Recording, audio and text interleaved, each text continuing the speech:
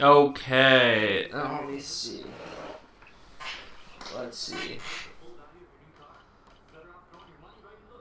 Should be just live, actually not. Alright, I hope this isn't on the wrong account. Okay, so let me see. Hi, Joe. Sounds like I have two things going.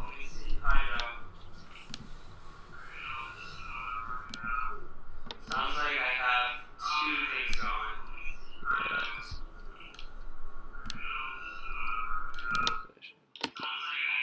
Is it going good now?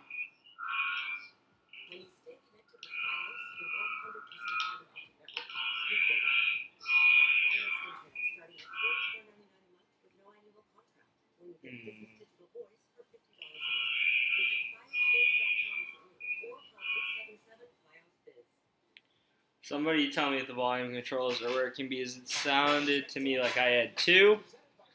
And, man, advanced audio properties. Let's see. Settings, man, they're paying. It's been a minute. It's been a minute.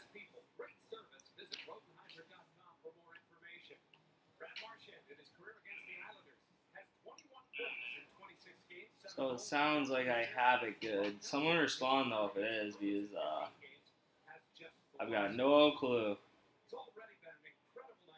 No clue if it's good. Someone respond. Because I got this up so I can let me move this down. So I can have the scoreboard like that during the stream. It's kind of like a test setup during it. But you see I got the scoreboard down there. And I'm hoping that I can have it like that.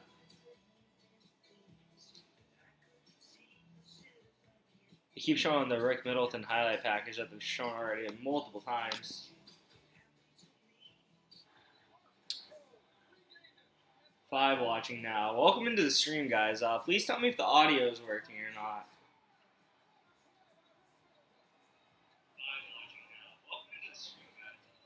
Trying to make sure it is the right mic that I have on, though. Because that's kind of annoying that I don't think it is on the right. I don't think it's on my good mic. I think it's on my bad mic. By bad mic, I mean the one built in.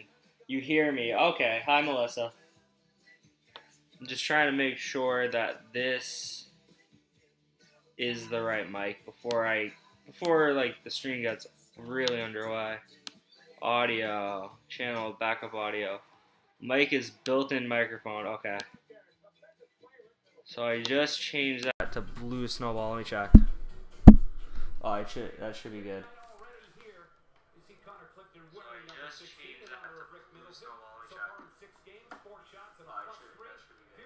Should be better quality now.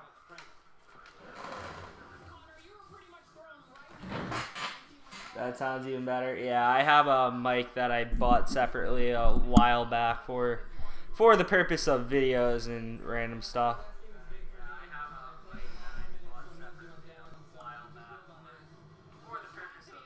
I don't want the volume. Alright, so I got the scoreboard there. What is that at the top? Oh, you can see the search bar. I don't want that.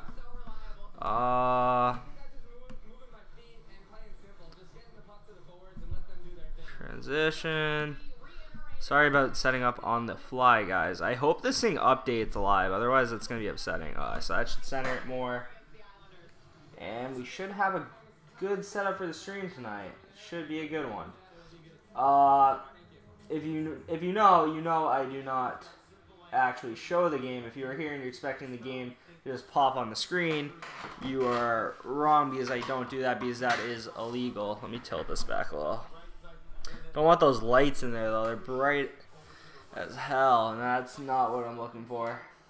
There's 7 of you watching, but there's no one talking in the comments except for Joseph. Hey, Steve. Go Nifty. Yeah. I actually didn't know what time it started. I thought the presentation of his retirement was at 7. And I was very wrong with that. It's very wrong. It did not start at 7. started at 6:30, so I missed that whole thing. Yeah, kind of annoying, but it will be on YouTube, so I'm not really too worried about it. I'll be able to find it somewhere. But yeah, it's kind of ridiculous that they tell you the game's going to start at 7. I kind of knew that they were going to do the ceremony. It was going to push the game back. But I thought that's because the ceremony was going to be at 7. I didn't think that was because the ceremony was going to be at 6:30, get over at like 7:08, and then they're going to make us wait 50 minutes for puck drop. I didn't know that. Can't wait for Sunday. I'm actually going to the game on Sunday. I will be there in attendance on Sunday. Patriots-Vikings, I'll be there. That should be a great game. Great game. I have to get my history project done before I go to that, though. So, not fun in the build-up to it, but I can't wait for Sunday afternoon. Hopefully I'll have all my schoolwork squared away by then. The worst thing is coming home from a Patriots game and having homework to do, because the last thing you want to do after that is homework. Might need a haircut. Might just need one. Like, my hair is looking kind of messy in the front. Maybe I need to get that cleaned up, or maybe I need gel. Maybe I need something like that. But let's see if Jack Edwards tweeted out the lineups, or if the Bruins did. Because I know that right now it's kind of not a fun time with injuries. So people come up and down. Donato might be in tonight. That's the thing. Like, I've been busy with schoolwork, so I haven't been following the Twitter as much to be up on it. Usually I know like before I start these, but just busy. Bruins lineup. Looks like they haven't tweeted it. Everything's about Rick Middleton, understandably. Oh, morning rushes, morning rushes. Let me read my book before the game starts. I got too many quizzes in AP Lang. AP, ooh. Anything AP is way harder than it should be. I'll tell you that much. But good on you for probably wanting to get into a better college. So we have Colby Cave, Marchand, and Pastrnak on the first line. Kind of expected that because they went with that in the last game. Heinen, Krejci, DeBrusk, and then Donato, Nordstrom, Achari, Wagner, Corrali, Backus. Okay, so that's interesting. That's very interesting, actually. So Colby Cave at first line center is interesting because he went from AHL to first line, like, right away. Krejci, Heinen, DeBrusk, I expected. That's a lock for the second line at this point. Nordstrom centering Donato and Achari is an interesting third line. And depth scoring might be a little bit of an issue. Kevin Miller's injured. Again, he got hit in the throat. I didn't mention in my last video because I didn't think the injury was as serious as it actually was. He's out 5+ weeks, which is really tough. And, yeah, that's no fun. So now we have Clifton and Krug on the first pair. Moore and Camphor on the second pair. And Lozon and Grzelcyk. Kind of wish I could see Zaboral over Camphor, to be honest. Just because Camphor just it's kind of frustrating.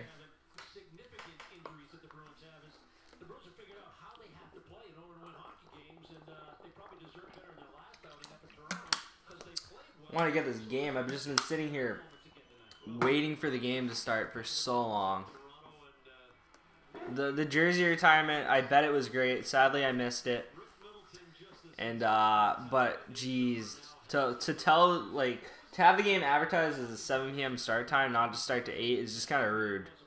I understand you want people to show up for Rick and all that, but at the same time, it's like an hour I sat down earlier than I would have. No, they're showing clips from it, so I do get to see some of it, but not live. I have to tweet out the link to this. 76 to 88. 16 going high.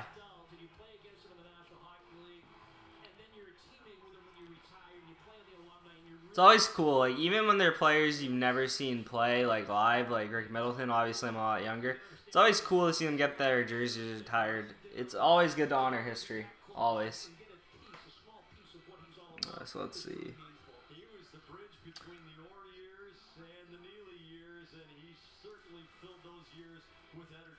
So yeah, he wasn't on the Cup team in the early 70s. He joined them right after that.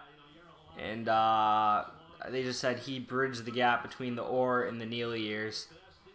So I'm assuming he was on some pretty bad teams. Not the best in my history.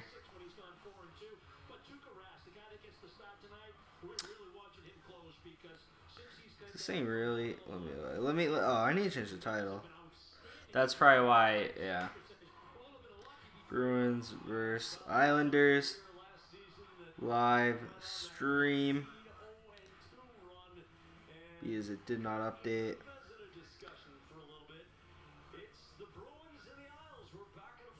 Come talk hockey with me.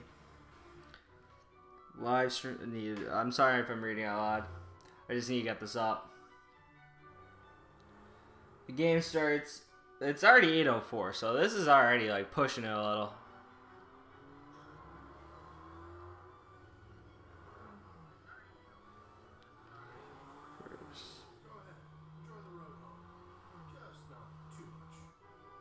So we haven't seen the Islanders this year, but they've been doing a lot better than people thought they would without John Tavares. So I'm very interested to see how they look. Barzal is a bona fide #1 center, it seems like. Bailey wasn't a fluke last year. And Anders Lee still got... They just got a lot of decent players. But nothing that makes you scared or makes you nervous when they come on the ice.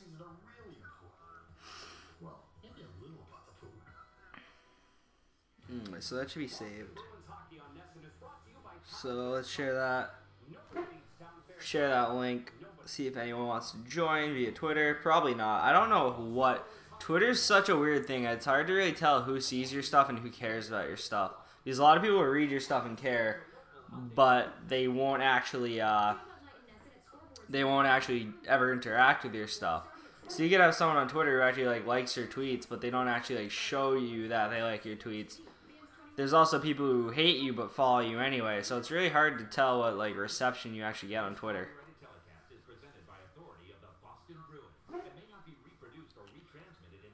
So I tweeted that out. Wonder if anyone will come in for it.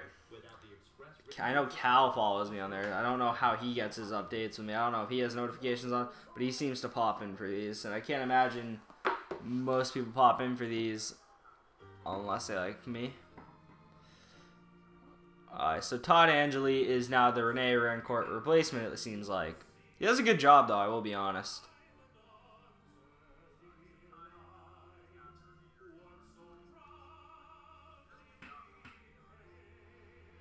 Okay, so hockey should be getting underway any minute.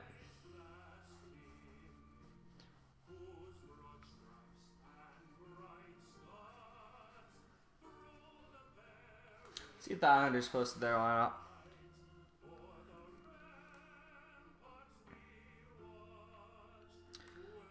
Some teams aren't as... Oh, they got the Rick Middleton patch on their jersey. That's nice. That's a nice touch.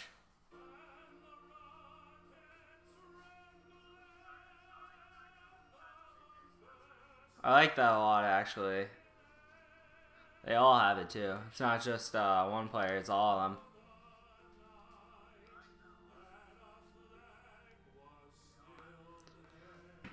Let me get back to checking the Islanders lineup.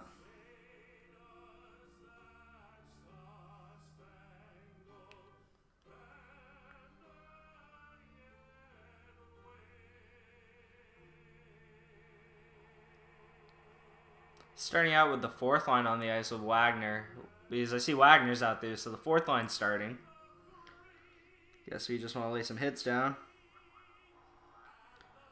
Yeah, the Islanders didn't tweet out their lineup.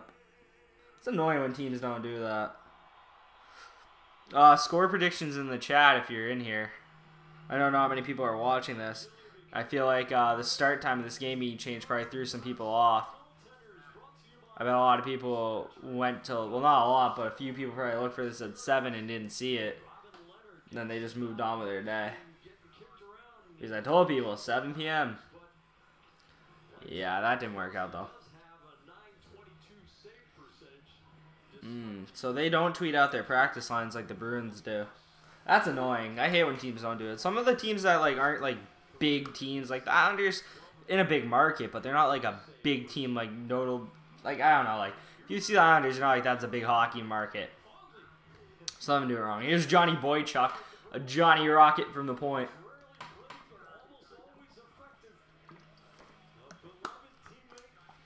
I like Johnny Boychuk a lot back in the day. That trade hurt. Because it felt like you were getting worse.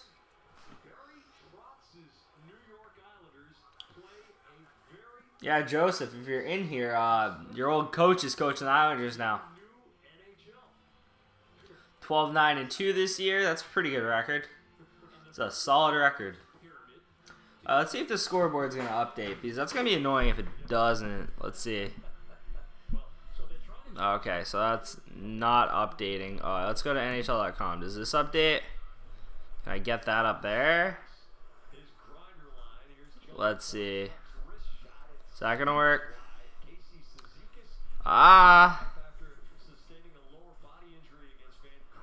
That's something, I will be honest. Let me see. How's that look? You know what? That's something. That's something. I'm just gonna leave it like that. That is something. It's gonna update. You know, you can see the time, you can see the score. That's something. It's better than nothing. Why is that dropping? Oh my god, I hate the NHL website, man. Let's see. I want this to update, to be honest. Oh yeah, that's a lot better. NHL's website just honestly does it wrong. They have so many ads on there. It just moves everything up and down. Like, it's like they know I'm trying to use it and they don't want me to. Anyway, we're in the game. A minute in. I was dealing with that. So that should be a good scoreboard, though, for now. That way people don't have to ask me to score. They can just look like people like Damon if he's in here.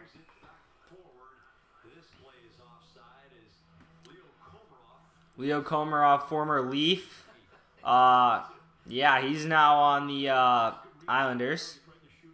So definitely an upgrade. That's like the trade, you know. The Leafs trade Tavares, they get. The Islanders trade John Tavares, they get Leo Komarov. Who isn't happy? Who isn't happy?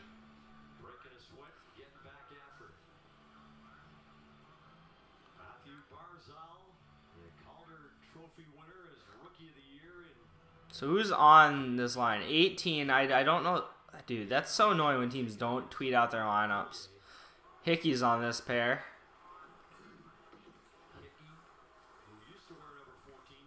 Oh, God, that's a point-blank chance right off the start for the Islanders right there. By number 18.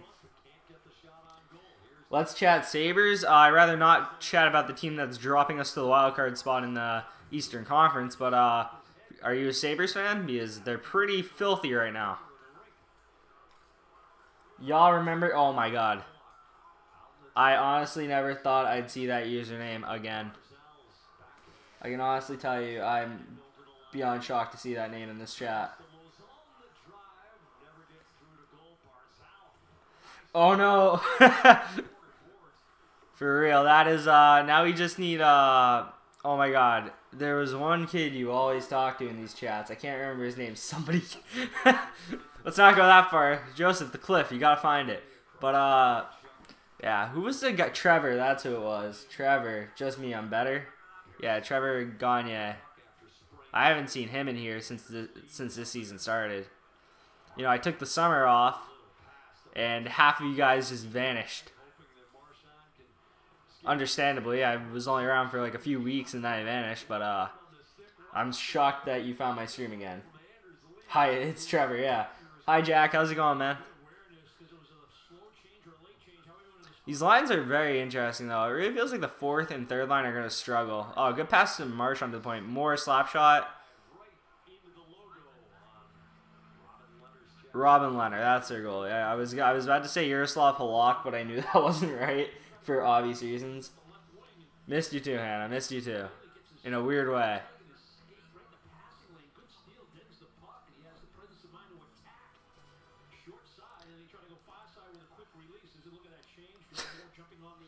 Moore just jumps off the bench and swats the puck out of the Islanders forwards' grass right there.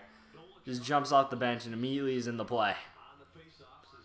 NHL is so fast. I don't think we like respect or appreciate that enough at how fast these players move. Because they do it so consistently and it's like all we watch for hockey. So you don't understand. Like if you go skate by yourself or like go watch like a game at like your local rink, it is 10 times slower than this. It's unbelievable. We just need Lauren. Dude, I don't remember Lauren. And I know that might be bad on me, but I don't remember.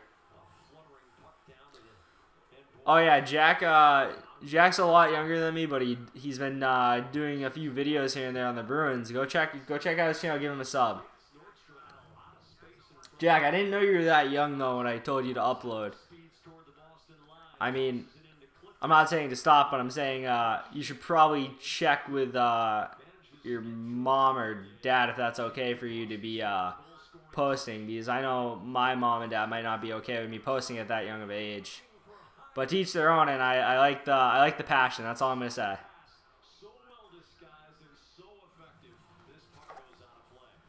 Thank you. No problem, man. Keep it up if they let you. If they let you, keep it up. You know, it's good. It's good to voice your opinion on stuff you like. That's why I do this. Yeah, that was almost in. Danton Heine almost just got a tip in. Oh, they put Rick Middleton's number behind the net too. I love all these little little things honoring Rick Middleton. I really do. Makes me wish I kind of went to the game now. Next one I'll go to. I didn't even watch Rick Middleton live, but just like the ceremony and all that, it gets you into it. Makes you feel like you're a part of history in a way.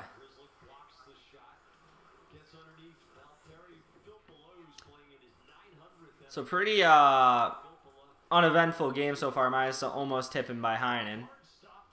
We're about 4 minutes in. Is that clock updating? Yeah, it is updating. I like that a lot, actually. Yeah, NHL.com's website sucks, man. It really does. My mom watching this with me. Oh, that's cool. Tell her I said hi. Hi. Hi, Chris.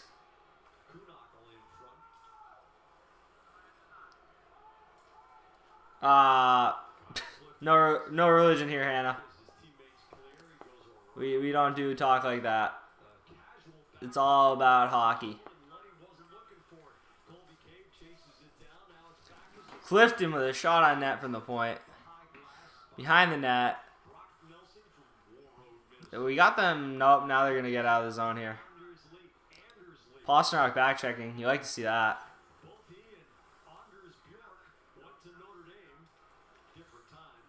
Oh, who did they just say went to Notre Dame?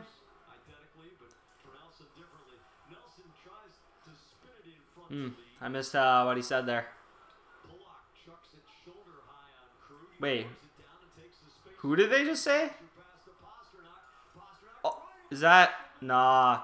Good pass by Pasternak across the crease, but the Bruins player on the end of it couldn't get a stick on it to tip it in. That's unfortunate. So the Bruins have definitely had the better chances early on here, which you like to see. Shot wide by Pasternak. This first line's still out there. Marchand with a good little shoulder fake there. Shot. Deflected the point. Camper looking, and it doesn't find anyone. I don't just get the puck out. My mom has approved. Bye, Jack. Grab blocked you.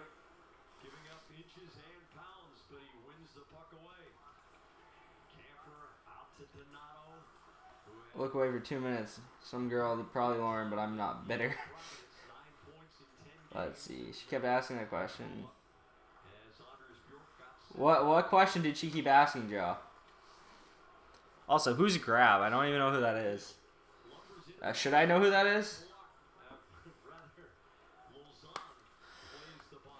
Who's Grab? Please, someone tell me.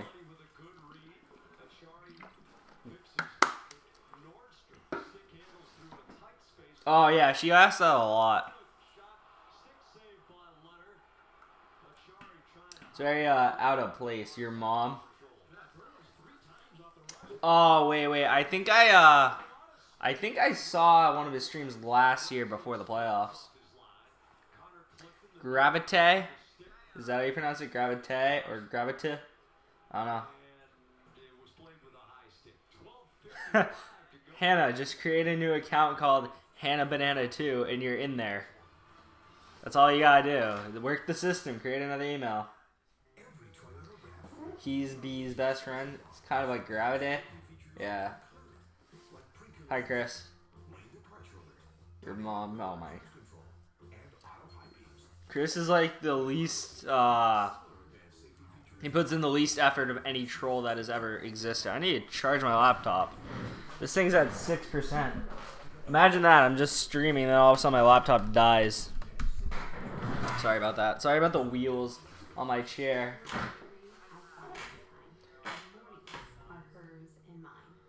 If you were off, oh, he streamed more than Stars games. Okay. Okay, I didn't know that. Let me look. That's a good thing to do during the commercial. Grab it. How do you spell that?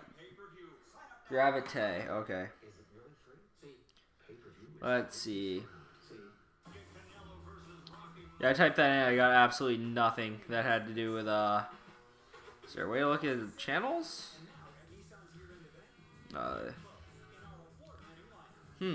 Yeah, are you sure he exists? Gravite. Okay. Oh, 1.1K. Okay. I see him. Clicking on it. Live game reaction streamed 1 day ago. Okay, so he picks, okay, so he has done some Dallas games. Okay, I see him. Oh, he puts a lot of effort into his thumbnails. Meanwhile, me, I just do like a photo of my head. Yeah, I needed to because a lot of people were just they kept asking me. So I found the old way that I set up the streams, OBS or whatever. So I just basically have it on screen capture, so it's my laptop. So I pull up anything. Like I remember last year during the playoffs, during intermission, I'd put up highlights. Where's Black Sharpie? He's your stepbrother. Why are you asking me that? How am I supposed to know? Krejci shot from the slot, but hits the pipe. Another pipe. That's annoying. Grab is super cute. Good for Grab. That's a... Oh. They should probably whistle that dead. Oh, no. He's getting off. Oh, he got hit in the leg, not the face. Shot. Slot. Robin Leonard stones him. Good on Leonard. Good on Leonard there. But I really want to see... It's Beauvillier. That's who got the attempt for the Islanders early in the game. I haven't seen much of him so far. No, you don't time her out. We don't have enough people in the chat to time people out yet. I'd say unless she gets really weird, I'd say don't time her out. Because I mean, all she's doing is like saying like a guy's cute, and she said John 3:16. It's not like she's offending anyone. She wants to like say random stuff like that. I mean, it's whatever. It's whatever. One who I do remember from the streams though, who I wish would come back. Tom Van Nopen. That was kind of funny. Ooh, shot low on net on Robin Leonard. And Bruins look like they're playing solid this period, to be honest. Got the fourth line out there. Corrali, Backus, and Wagner. You know, the lower line should probably be getting more minutes since the injuries to the top line. Should be more by committee. Unless they just can't do anything, of course, but that's situational. Low shot on that block. Corrali gets it. This is a great shift by the fourth line here. 40 seconds in the zone, and Corrali gets it poked out of the zone. Still keeps it. Good check up there at his own blue line. Throws it. Is that icing? No, not icing. No Bruins. They're probably going for a change here. Just saying. Well, I look to you, Joseph. I like you too, Joseph. It's a love triangle. Yeah, that was weird. What about me, Jack? It's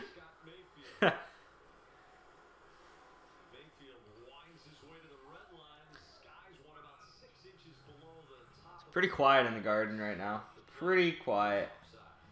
Bruins doing a nice job in the offensive zone. Active D. We showed you off the rush this time. It's Clifton's going to go down. I just got to update. Puck wants Sabres to win. This puck sealed its own destiny on Sam Reinhart's shot to get the Sabres closer to 11 straight wins. That's insane. The Sabres are insane. I thought they were going to be a playoff team. In my preview video earlier this year, I picked them as a playoff team, but this is just insane what they're doing. You wouldn't expect it. You just wouldn't.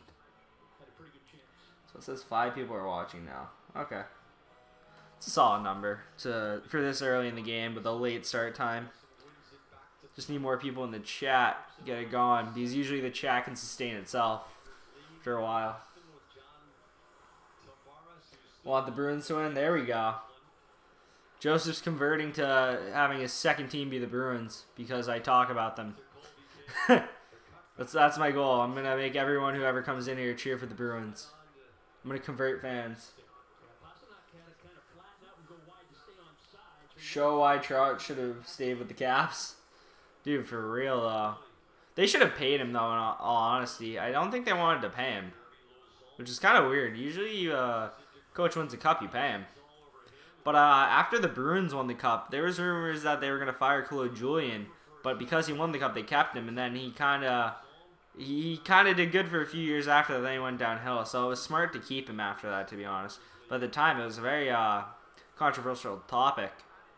I remember it less because I was less involved when I was younger. But I just watched. I didn't like follow all that like drama and stuff like that, like contracts. Now I follow all of that. But back then, I was kind of confused why people wanted him to go, because we were consistently winning. Pat, that's how it is with all DC coaches. Isn't John Gruden's little brother or cousin or something like your football coach? He's done all right for like what they're giving for talent in Washington. Turnover. Donato back in the lineup from the AHL. Shot low, gloved by Leonard, swallowed up, and we got a whistle.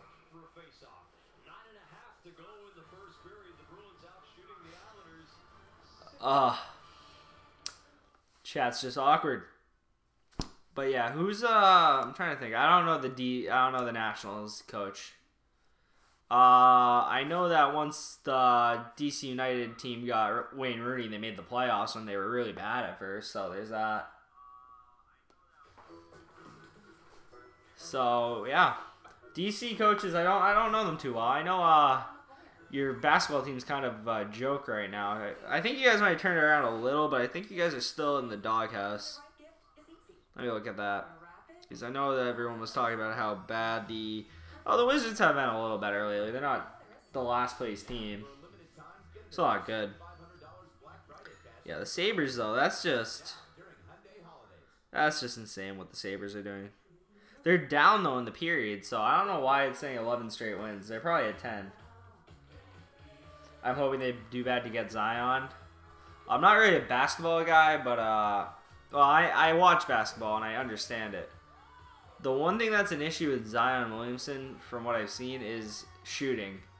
He's really good at driving to the rim, which works in this NBA, but could be an issue shooting. But he's definitely gonna be a stud wherever he goes, I'd assume.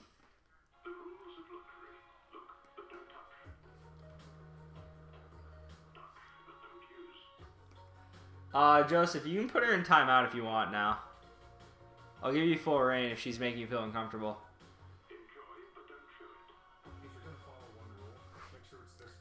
Just if you want. You do what you want. During the Infinity Winter Sales event, lease the all-wheel drive Infinity QX60 for $429 a month. Now get a special winter bonus at your local Infinity retailer. The Taco Bell take. Full reign, Joseph. I'm jumping off a cliff. I told you you could time her out. You can put her in timeout if you want. That way she can't message for a little. You're jumping off. Well, I'll see you, Joe. If you are actually leaving.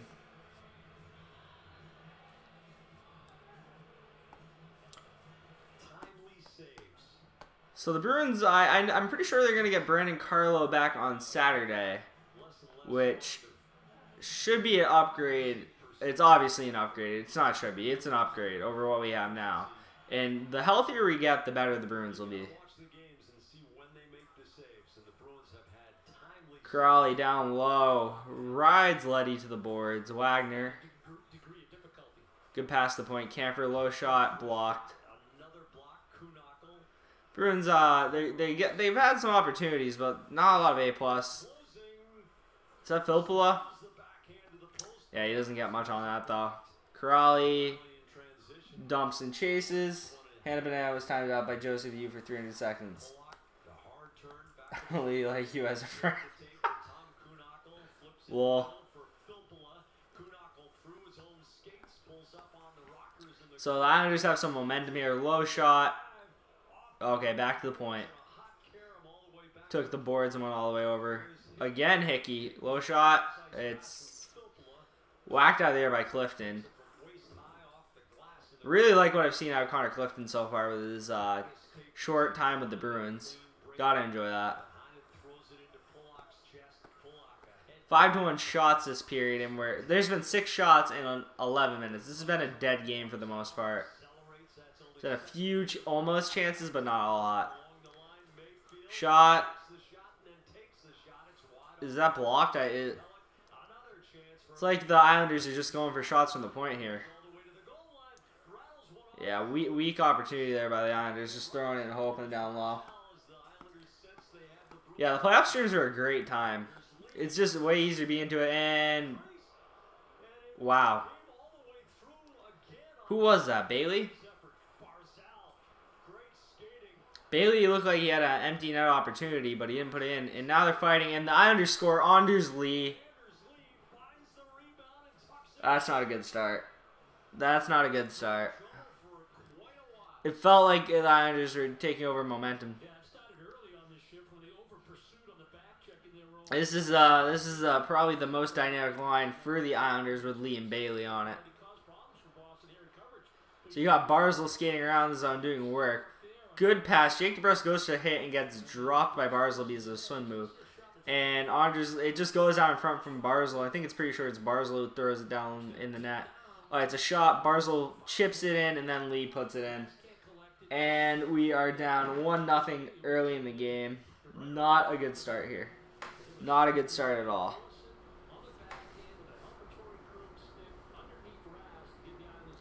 So lack of defensive awareness there and letting the Islanders circulate the puck around the zone too long.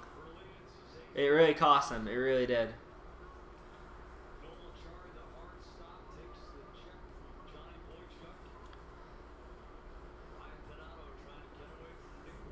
If you have any questions about anything NHL related, put it in the comments. I'll answer anything. You guys haven't really been asking questions. You just kind of been talking to yourself. Pretty sure the second, Joseph, if you're still here, the second you timed her out, I think she left. Like, I don't mind her, like, chatting and all that, but, like, if she gets, like, too weird like that and just trying to be goofy, it kind of will throw other people away and they won't want to be here, I think. Could be wrong with that, but, I don't know, a hockey stream where, like, she's asking questions about God, you know, John 3:16, crushes, like, that's just kind of weird. And, it's not really what I'm looking for here. I understand, like, why she's doing it. It's just, you know, it's one thing if she was just one person amongst a lot, but the fact, like, she and you were the only people, it just kind of makes it that much more obvious. I mean, look at the chat. It's like all you and her talking about, like, nonsense. Like, not you, you're just responding, but she's just starting nonsense. 3-on-2 here. Marchand shoots, goes wide. You can tell the way Marchand skates because his posture is, like, the same all the time. I couldn't describe it. I'm not even going to try to, but if you know, you know. Just easy to spot on the ice. Ooh, Pasternak body up the line there. Islanders player does a good job to get it out. Hickey gets railed in the boards by Clifton. Stick gets caught up in the boards. Everly's number 7, okay. That's the issue. I don't know the Islanders by numbers. I know all their players. I don't know them by numbers.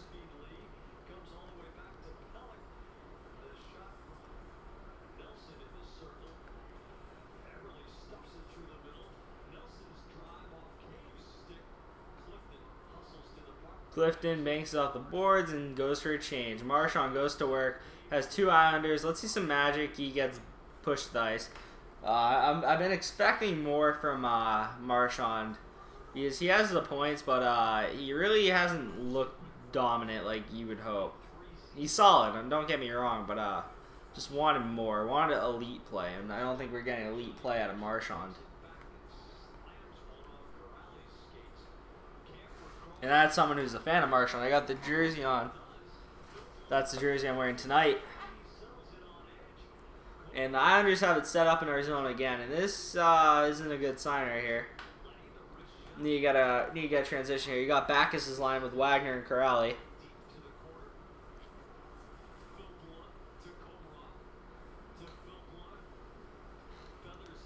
Yeah, those 300 seconds are up, so she definitely went left. Hate to throw a viewer away, but just getting a little too weird. And we are about to... Wagner, come on. You got to be stronger on the stick there. You got to be. And the Islanders keep it and get it back in our own zone immediately after we had cleared it out. Puck's on top of the net. Lands in front of Tuukka. Tuukka covers it. Okay. So, rough little patch here. We're probably going to commercial right now. You hope Dallas loses. Who are they playing? They're not playing tonight. Dallas is...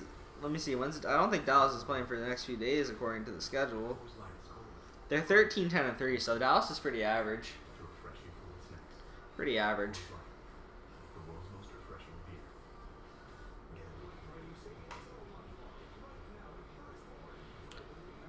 Dallas, it shows me in November. They don't have a game until December 1st, which is actually Saturday, at 4 p.m. Speaking of that, I have not checked my fantasy lineup today, which is kind of, oh, football? The Cowboys? Oh, my bad. Yeah, I don't really like the Cowboys either, to be honest. I hate that whole America's team thing that they try to go for. Just isn't right. You know, they're not really, like, America's team. What's the pending transaction? Yeah, I definitely messed up in fantasy hockey. I think I've been so busy. Slips my mind. Let's see. Who did I miss out on tonight? I missed out on my Tampa Bay players, Artemi Panarin. I have both goalies starting, though, Hellebuck and Lundqvist. Yeah, I'm missing out on a few players, though. That's not good. That's never good. You play fantasy? Anyone in the chat play fantasy? You play fantasy, Joseph? Let me check who Dallas is playing. Because we're getting to the point in the NFL season where you can really tell who are the teams to watch and who are the games you can avoid.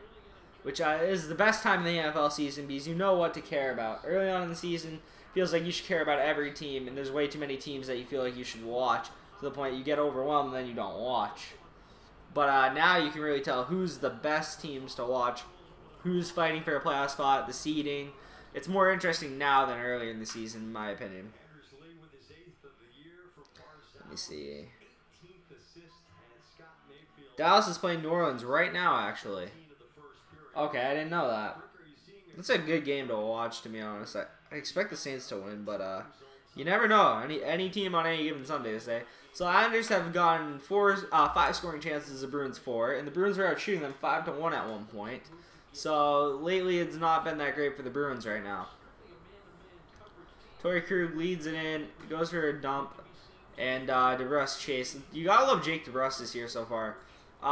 The scoring touch of Jake DeBrusk, that is. I feel like he definitely can be better, but he's in his second year as a Bruin, as an NHL player. So expectations need to be adjusted. Another chance in front by the Islanders there. That's not good.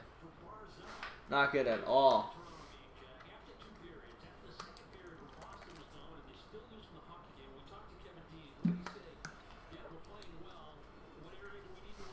Throws it across. Yeah. Islanders are just playing consistent right now. Throwing the puck around. She would have commented instantly, Joseph, if she came back. She might come back later.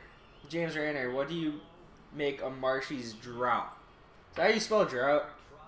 Drought? Well, I'm assuming you just popped in. What I think of Marchand is, I think he's been underwhelming. I think if you've watched, Marchand's a very good passer, but his skating is just less dynamic right now. Feels like he's doing, like, it might be a confidence thing. It just doesn't seem like he's trying much. Seems like he's playing a very cookie-cutter game, and his passing gets him by. But I've wanted more from Marchand for the last few weeks, to be honest.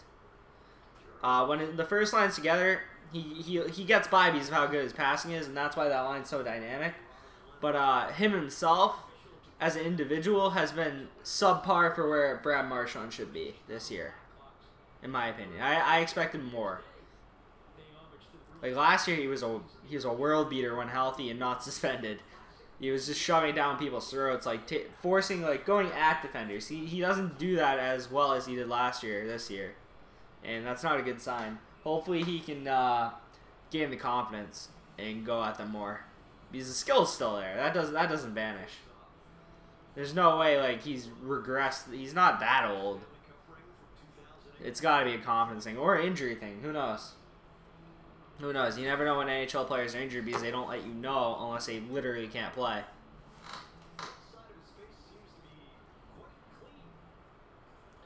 Haven't seen much of Donato tonight. He is playing with Achari and Nordstrom, but you'd hope he had a little spark to that. But so far, not the case.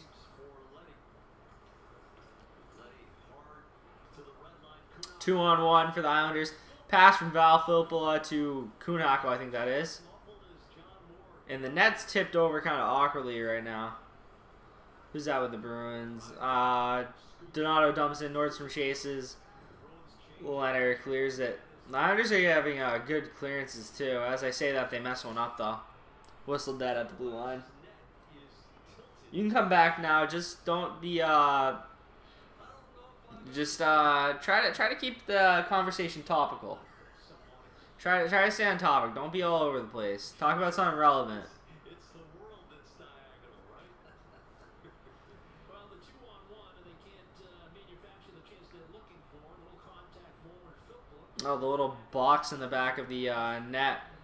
And the net got hit up and landed on it. It didn't fall down, so they had to stop the play to fix that. It's all good. Don't be sorry. Be better. I don't know what that's from. So I heard that somewhere. The Islanders have a lot of like new players. Leo Komarov, Eberle is fairly new. He was there last year, but he's fairly new. Kunok was new. Beauvillier is young. He's new. Barzil's only been there a year, so he's somewhat still new. It really depends what you consider new, to be honest. Like anything less than 2 years, I think, is new. And most of their team is like that, except for like Brock Nelson, Anders Lee, Josh Bailey, Boychuk, Letty. They got some mainstays, but like there's a lot of like moving pieces on that team. Off the net, Marchand's chasing. Lays the body on number 6. I don't know the Islanders' numbers that well, my bad. Pasternak, doorstep chance, and Leonard adjust in time to put it up. Marchand knows it. Marchand knows it. Yeah. It's like he can smell the puck and where it is. Unknown factions. You were in the stream a few days ago. I think you subscribed too. Thank you. Yeah, Leonard so far has been good with the chances put up against him, which isn't much, but he's looked solid so far. My laptop real quick. I have my old laptop, which has like I got a Chromebook for school because it's just easy to take notes, write papers using Google Docs. And I have my old laptop, which I literally just use my old laptop, which is an older MacBook, to stream and make videos. That's literally all it is for me at this point. So I have 2 laptops, so I can do a decent looking stuff up, research during this. I was thinking of going to. There's only 4 of you. That jersey's awful. Want to borrow my lighter? What? What do you mean the jersey's awful? Jersey's awesome. Got Marchand on it. You know. It's a beautiful jersey. Bought it in 2011 or so. It's kind of old, to be honest.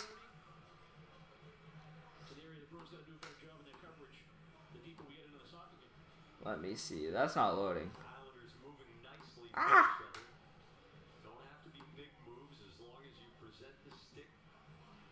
Let's see. I wish my actual. Oh my god. That team's a joke. Caps jerseys are lit. Caps do have pretty solid quality jerseys. I wish they go back to the black ones as an alternate though. I really like that jersey. Bruins can't round the puck right there. It wouldn't be shocking to see the Bruce Cassidy changes these lines up a bit. Not sure they really gelled together so far. I really think Ryan Donato, if he's going to be used properly and you're going to use him in the NHL, you got to put him with skill. He's not a depth player. He really isn't. Makes no sense to shove him down low. If he's going to be in, he's got to be up high. You're putting Colby Cave to the moon, but you're not putting Ryan Donato out there. Like in opportunity. You're not giving him the personnel to succeed, in my opinion. I know, Joseph. I really want the Bruins to score too.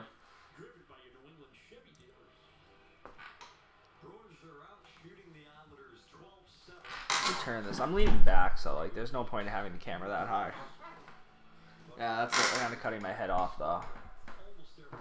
Yeah, never mind. It's pretty lame period, to be honest. It's not the best period by the Bruins. They started off with a few good scoring opportunities, but besides that, not a lot going for them.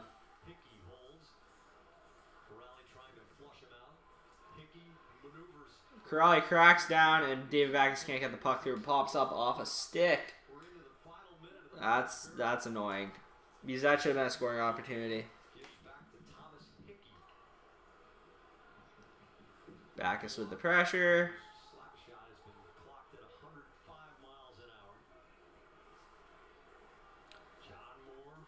So dead right now.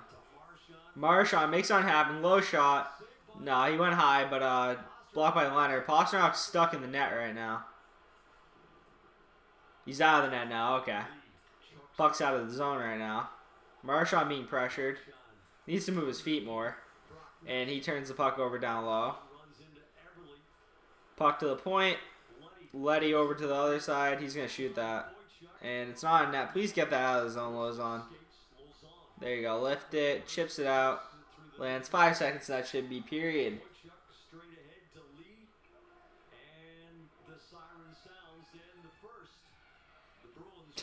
Joseph giving life advice in the comments.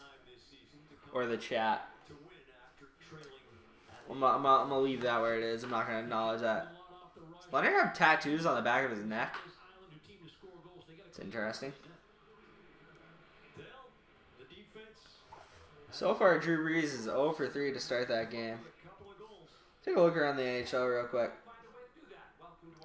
So all the games are underway except for 2. LA and Edmonton is later tonight, and Vegas, Vancouver is later tonight as well. Rick Middleton signed jersey on Barry Peterson. Not Barry Peterson, my bad. Dale Arnold.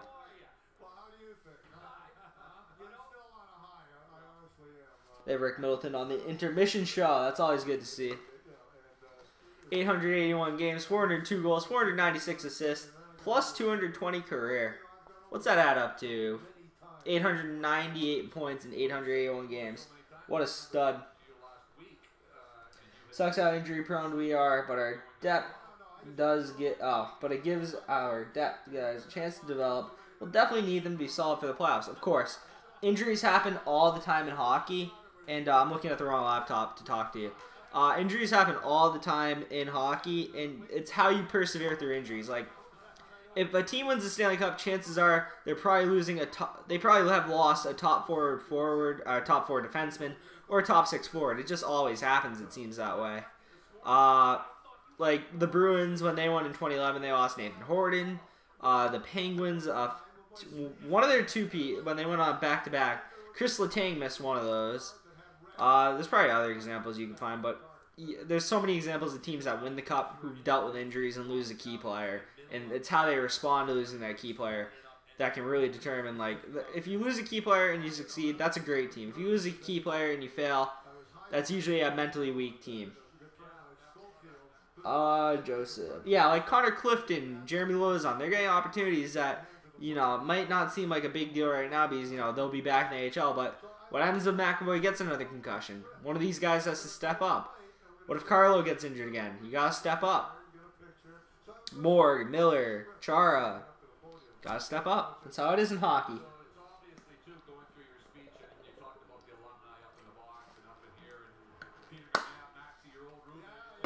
Is he taking Joseph asking the critical questions down there in the comments?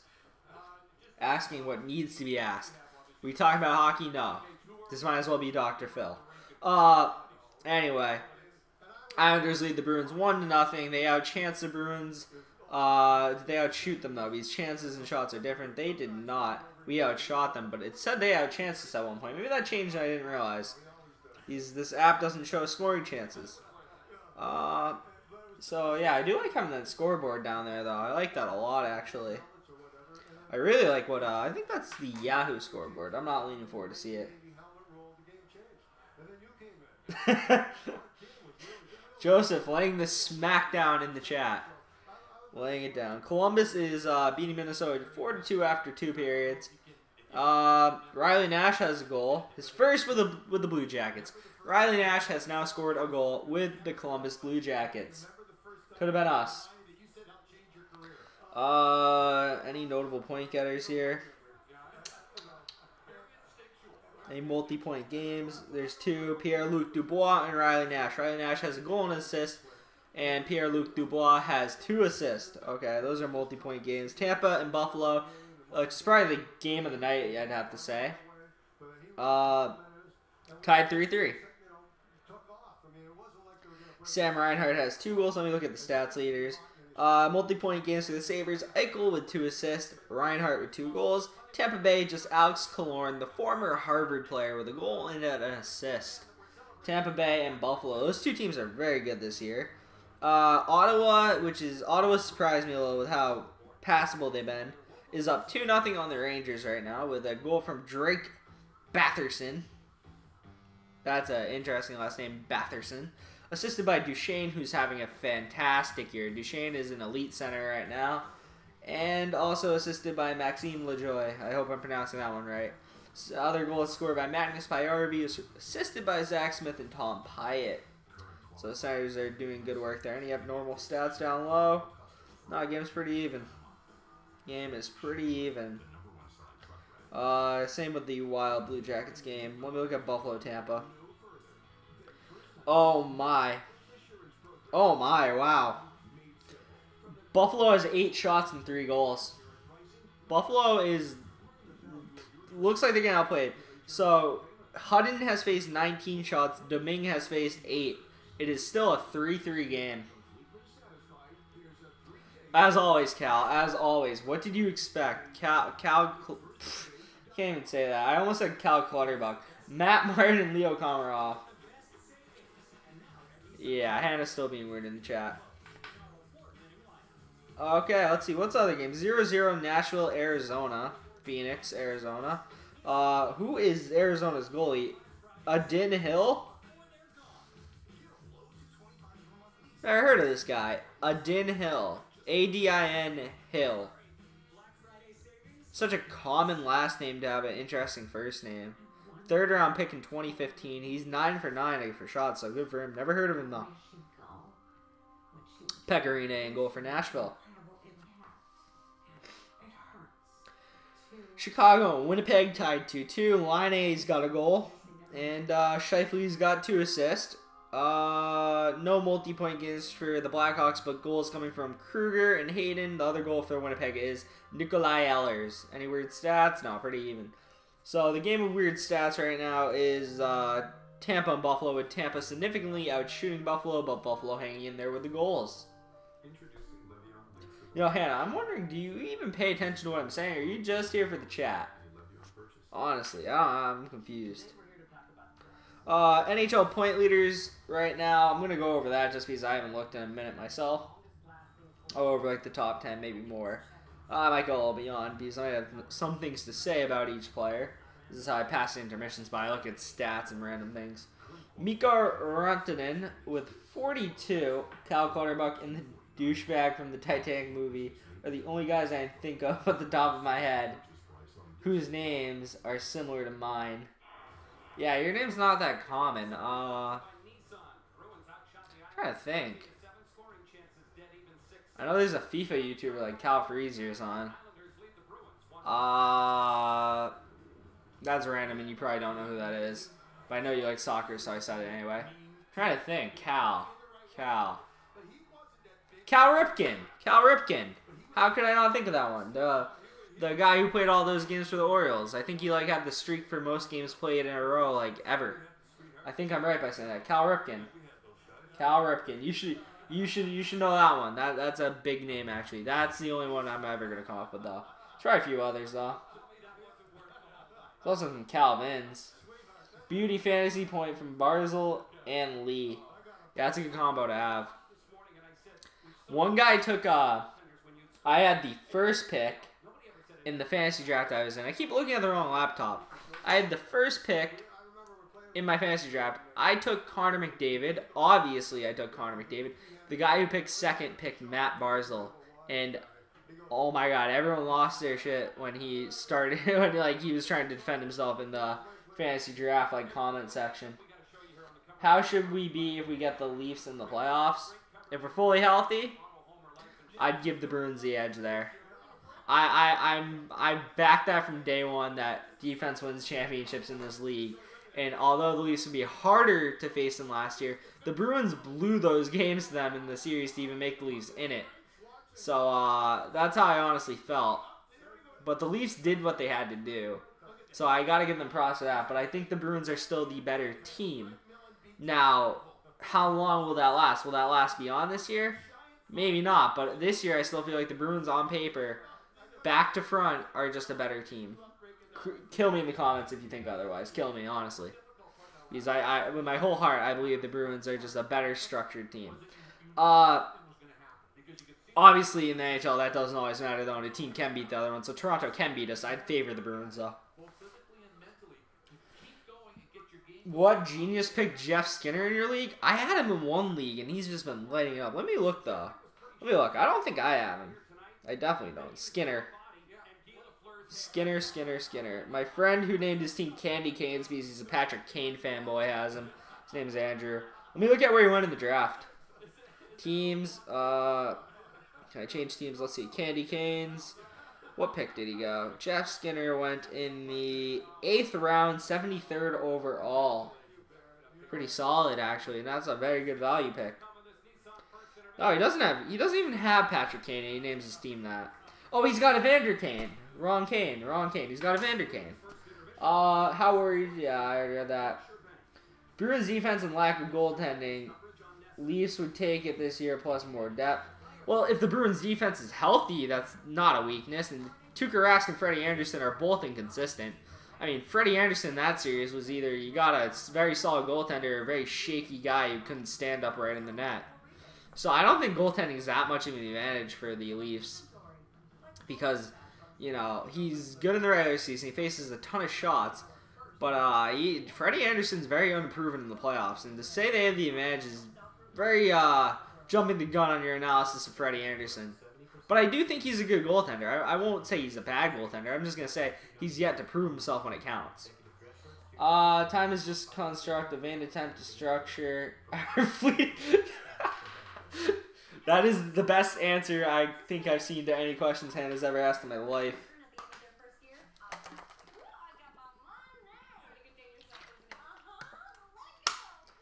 Who scores for the Isles? Who scored for the... Oh, who scored for the... I read that wrong. Anders Lee scored off of... It was kind of just... They had the puck in our zone for a while, and they were just working it around. Eventually, Barzil passed it to Bailey. Bailey shot it, landed in front, chipped in front by Barzil, and just put in. It was a very scrappy goal in front of the net. One of those hockey goals that, you know, isn't pretty, but they all count the same type of goal. And Anders Lee put them up 1-0. The Islanders were the better team that period. The Bruins were a little flat. They came out good in the first 5 minutes, but the last 15 minutes they were just flat. Not a good sign. Padar, get Cal for me. I don't even know what that means. You don't even know what that means. You're going to have to explain yourself. Anyway, let me go back to the scoring leaders. Mitch Marner's 3rd in the league, and he lit up the Bruins last night. Not last night. 2 nights ago. 3 nights ago? 2 nights ago. 2 nights ago. I'm going to stick with that. He had a 3-assist game. Really broke our backs with the goal on the pass to Ozhiganov. That pass was very good. His move around Grizzly, the toe drag, the backward skating around the net just to reverse it around to the other side of the net, pass it to Ozhiganov, and Ozhiganov just put it in. And, yeah, that goal broke our back, and Mitch Marner kills us every time we play them. That is the guy who breaks us down every time. Kind of like Braden Point for Tampa. Just breaks us down. Thomas Vanek, which is a weird one, but he breaks us down. Some players just do it to us. And those 3 players do it to us. Vanek less of late, but when he was in his prime, he did it to us. Oh, Cal's taken. What a shame. Woman everywhere cringe. I don't know, Lowell. I want to know how old you are. Cal's in college. I know that much. That's all I know. Which, it doesn't really matter what age you are in college in Canada, because you can drink it at 18 in Canada. Connor McDavid 5th, just being his normal beastly self this year. That team needs defense. It's a shame that he plays on such a poorly run organization. 6 is Braden Point, who I admire Braden Point so much. I like Braden Point a lot. He's such a good player. He's every bit as good as Mitch Marner, and I tell that, and I hope Leafs fans hate me for it. But there was no difference between what Mitch Marner did last year in the playoffs. Braden Point did better than what Mitch Marner did in the playoffs last year. I'm not sure what Mitch Marner's point totals last year in the playoffs. Let me look. I'm 22. Yeah, see, that would have been like my guess, Cal, actually. What was Mitch Marner's point totals last year in the playoffs? I'm kind of interested. Mitch Marner, playoff, stats. Mitch Marner stats. NHL.com, it's going to be crap stats. NHL.com's terrible.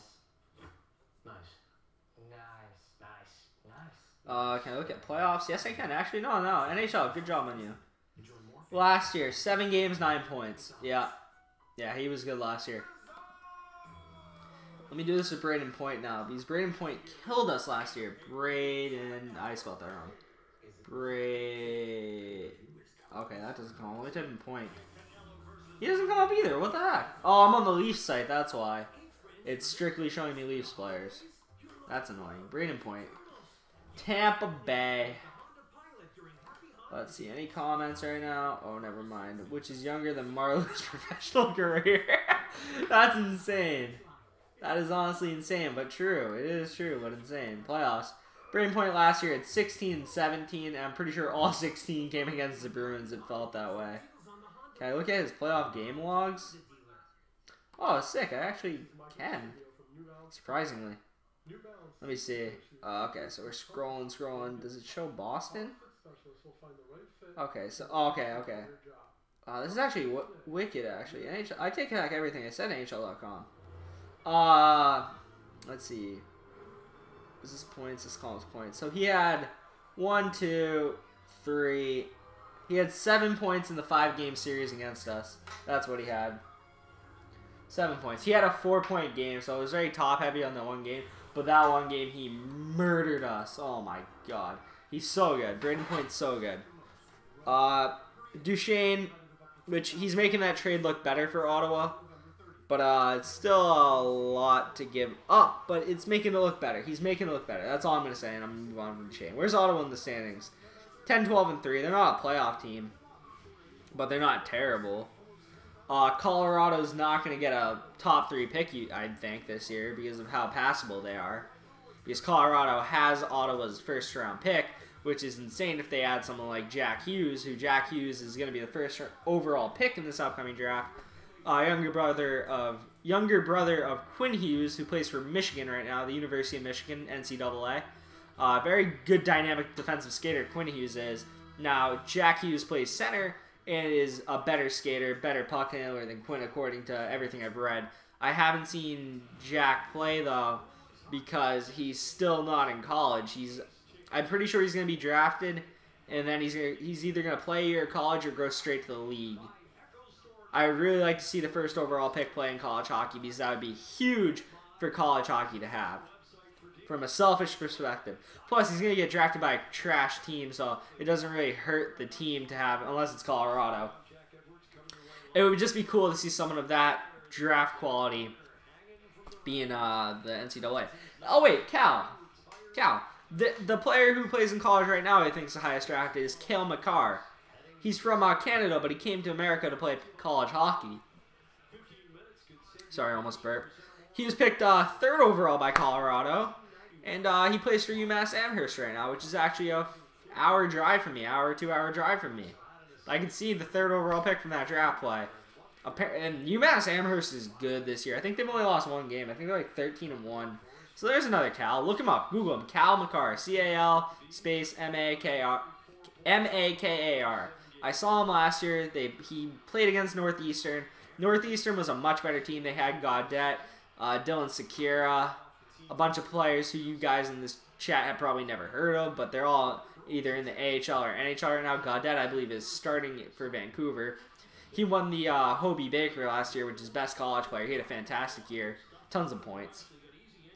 Judging earlier there, I predicted Bruins to finish in a wild card spot. Where do you want to see them finishing? I see them finishing the regular season 3rd in the Atlantic, but now with Buffalo, and the injuries, I'm going to say wild card, you're probably bang on right now.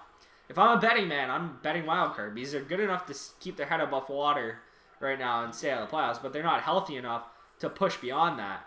And with how good Buffalo is, how good Toronto is, and how good Tampa is, it's hard to catch those teams when they have a big lead on you. So I say that wild card spot is probably your best bet right now. I'd agree. I'd agree. I'd rather be on Instagram. Oh my god, I missed what you said. Huh. The drama in this chat. I know, it's like high school. All the drama. That is a ton of empty seats at the Garden. It must be as the period just started. A lot of people will just line the concessions area even after they order stuff just to drink beers in that area and chat. It's very social actually, compared to like other sporting events I go to where people just get their stuff and go back to their seats. And Islanders have had a few good chances early on right now. How does the scoreboard look? It's still updating, right? I love it. Hopefully my battery's good on, my battery's, yeah. Stay out of this, Cal. No, don't stay out of it, Cal. Pursue it, Cal. My soul must remain pure. It's very pure. That's random. I'm going to keep going through the points leaders right now just because I want to go through a few more. Evgeny Malkin, 30 points, you know. It's Evgeny Malkin, what you expect. John Tavares, 30 points for Toronto. He might be on pace for... I think these guys who have 30 are on pace for 100. 26 and 30, no. He's on pace for like 90-ish, 90-some. It's not bad. It's a very good total. That would probably be his career high. But the thing that's... Wait, he has 17 goals? Wow, he has a quiet 17 goals. I haven't... Shockingly, Leafs Twitter talks about everything. I've not seen people mention his goal total. What the? Something just dropped behind me. That's probably nothing. It's probably a laundry basket in the laundry room. That happens often here. Pastrnak working, throws it in front. Cave doorstep. Pastrnak again in front. It's bouncing around, and the Islanders are going to get a little bit of a breakout here. Brock Nelson dumps and chases. Paranormal Activity. Yeah. Actually, you're not wrong. I got the webcam and all that. I can be like, wasn't there a movie about, like, it was like these people on Facebook or something. I can't remember. I can't remember. I didn't see it. I just heard about it and thought it was kind of weird. Paranormal Pativity. There you go. You got to brand it. Pativity. Paranormal Pativity. That's what it is. I'm going to wait till commercials to go over the points leaders because I like to talk about that type of stuff. I'm a big stats nerd. Not really much of an advanced stats guy. More of watch and enjoy. I feel like once you get into all that stuff, kind of takes away the fun of watching the game because you kind of look at it more from like a math perspective, and that's never fun in my opinion. You know, obviously they do support some arguments when necessary, but like I don't constantly look at like all that stuff. I let my eyes do the talking. And if there is a stat that supports me, I will use it, but I won't go out of my way to find it. Unless I absolutely need it. So DeBrusk, Backus, and Krejci now. So, oh no, that's Heinen, dude. I always get them mixed up. He's 43 and 42 look so much alike. It's my fault Trevor isn't here. I didn't stream consistently to keep an audience. The fact you guys are still here is kind of insane to think that you guys like didn't unsubscribe and just leave. I'm very blessed to have the 8 viewers I have right now, which, you know, sounds kind of like I'm being sarcastic, but I enjoy having all of you here, even people like Hannah, because it's just fun to talk while I watch the game instead of just watching it in silence playing on my phone. Nordstrom with a great stick lift on Barzal. Beauvillier leaves the puck on the red line as Grizzly checks him off the puck. Donato goes for a shot, throws it through Pollock's legs. Robin Leonard swallows, and Robin Leonard has not given a lot tonight. He's not given a lot of rebounds or anything like that. He's Joseph first to tell me I'm not good at him. I think you're expecting a lot out of Joseph here. Expecting a lot. He's just a man online. I've been just imagining the images of Zdeno Chara convalescing his lower body injury and the amount of weight he's probably trolling around with upper body workouts. Jack Edwards is talking about how much weight he thinks Zdeno Chara is probably lifting right now in the weight room in his upper body because he can't use his lower body. So he's probably just doing chest day every day. Leg day's useless. You know, Jack Edwards is insane. Oh, Torrey Krug did such good work to get around two defenders, but then he fanned on the shot. Torrey Krug, man. Love watching Torrey Krug play on the offensive side of the ice. Keyword offensive side. Keyword.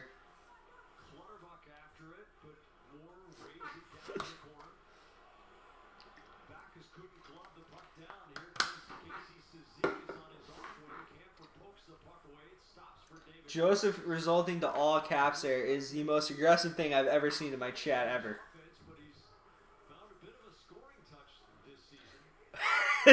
You know where fast food restaurants, what would the Bruins be? Oh, dude. That's a good question. You gotta give me a minute. That's gonna stick in my head for a while. What?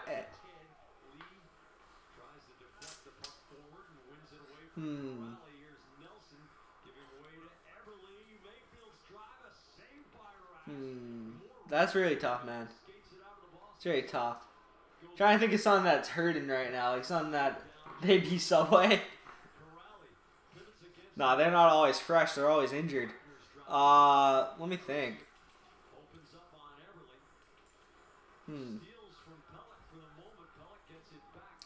I mean, I could go with like the Bruins or Chipotle because I don't even know what's on the menu half the time with all these injuries. Like, jeez.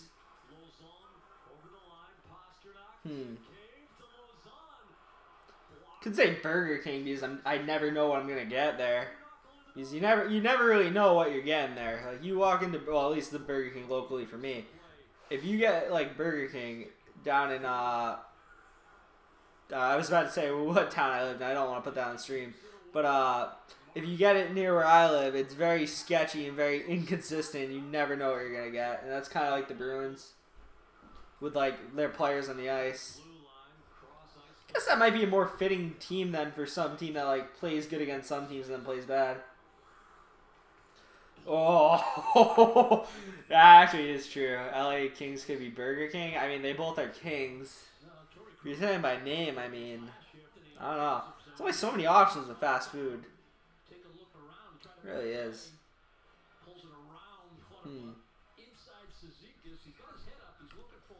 If I had to say what the Leafs were, I'd say Starbucks because they're just annoying and overcomplicated like fan base. Just like all of Starbucks drinks and menu items. They're always overcomplicated.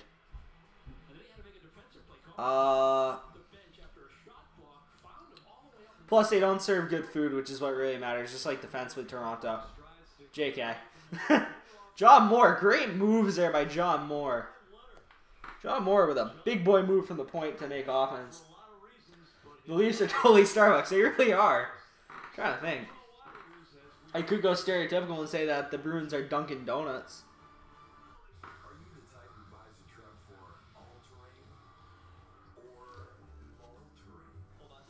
See you in another life, Hannah. Whatever that means. I'll see you next stream. That's probably what that means. We'll probably pop in just to annoy Joe. The Capitals would be Panda Express? What do you mean?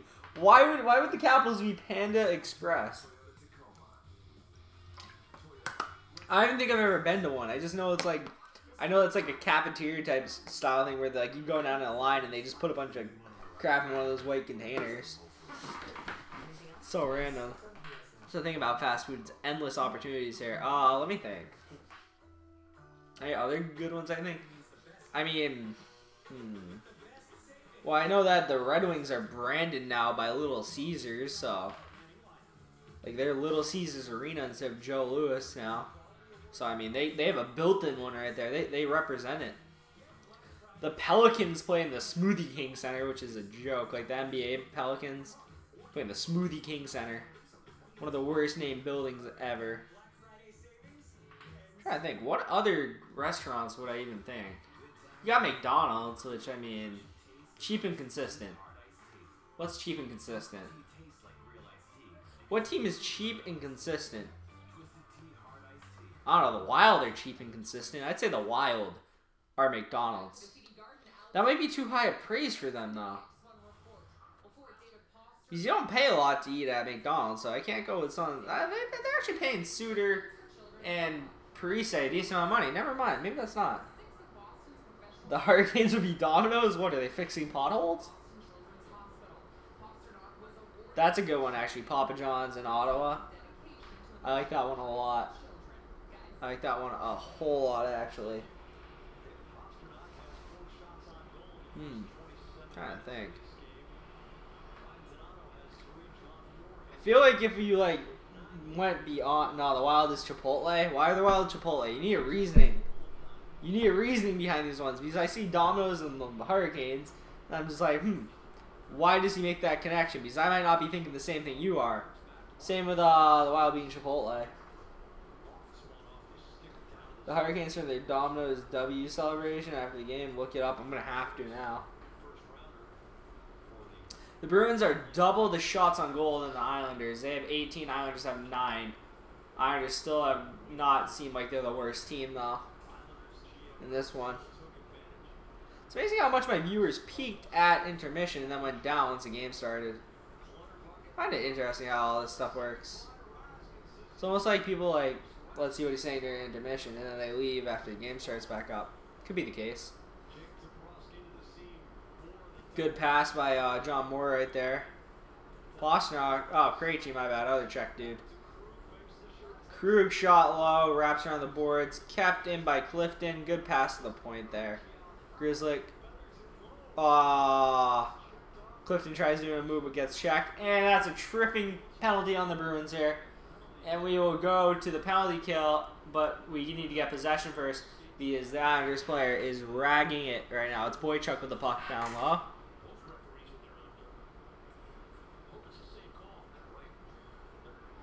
Yeah, both referees have their arms up, so hopefully it is the same call. He is right about that.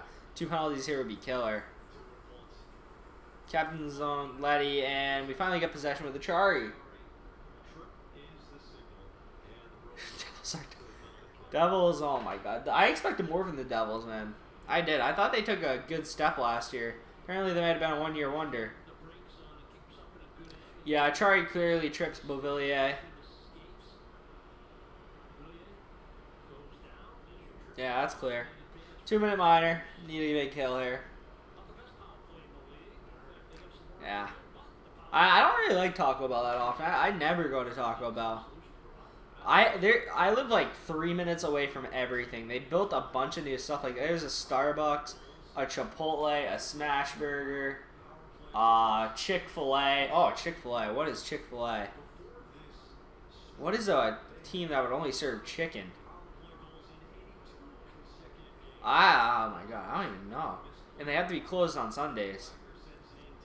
That's an interesting one. I don't know if any team comes to my mind that would be like Chick-fil-A. Montreal. Montreal's Chick-fil-A. These are weird. You know, they need a French-speaking coach. Chick-fil-A only serves chicken. But the quality's too good of Chick-fil-A. I like Chick-fil-A a lot. But all the weird little things that Chick-fil-A does, like closed on Sunday, only serving chicken. Montreal only have a French coach. They hate their players. It's just weird there. So I'm going with Chick-fil-A is Montreal. They just have like weird rules and stuff. It's kind of like the Yankees and how the Yankees only like wear pinstripes. You know, all their players have to like shave their heads. It's kind of weird with them, but yeah. Oh, I'm done with this fast food conversation now. It's too much thought into that. Pretty good penalty kill so far, though. They're going to get a shot here. Or he's going to throw it off the glass. That's random. 23 seconds of zone time. 25. That's expected on the power play.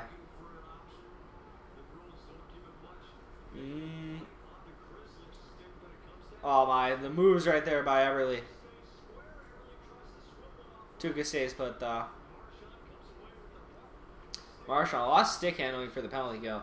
Marchand, he's got a 2-on-1. You got to pass that to Lozon. J-Lo, awful pass. Lozon smartly holds off, and he gets hit behind the net by Bailey and laid down.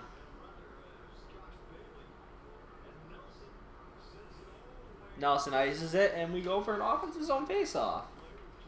So the penalty kill was successful. Pretty solid penalty kill, to be honest. No complaints right there. No complaints.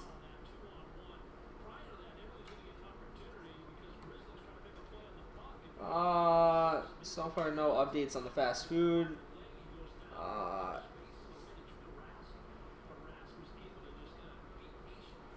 Calling a Bacchus natural hat trick, no empty net. You're out of your mind. You're wild if you think Bacchus is ever scoring a hat trick with the Bruins. Bruins Twitter would freeze over. Bruins Twitter would be in a frenzy. They wouldn't know what to do with themselves. They'd be building a statue and at the same time saying he doesn't deserve $6 million. That's what would be happening. They'd be like, nice hat trick. You're still not worth $6 million. That's how that conversation would go. What would the return bet? I mean, if you're not walking out with 6 figures, I mean, I think you're getting hosed with the odds. That's all I'm saying. Hey, Damon. Welcome to the stream. I got the scoreboard up for you so you can see that. Better chance of winning the Powerball? Yeah. Oh, that hit the post? Bruins just hit the post. Yeah, Damon, I added in the scoreboard for people like you who you don't get to watch the game. You don't always have the score right up, so I added that. Because I know some people can't see the score. Or they want to know the score. So I got that. It's got time, goals. It doesn't have who scored, but Anders Lee had the goal for the Islanders. Besides that, we're locked at 0-0. There's a little tussle going on the boards right now. Leo Komarov tied up with Jake DeBrusk right there.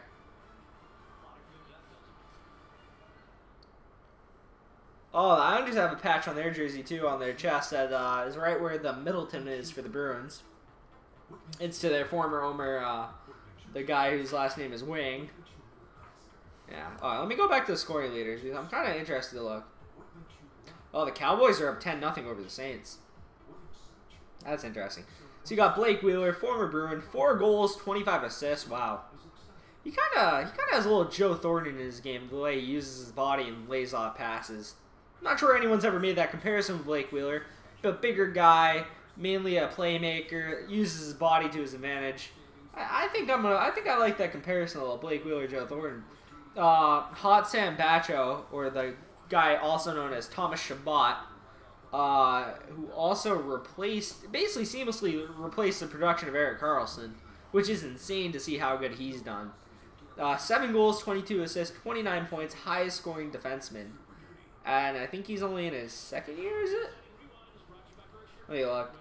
Yeah, it's his 2nd year. Last year was his rookie year, and he only played 63 games.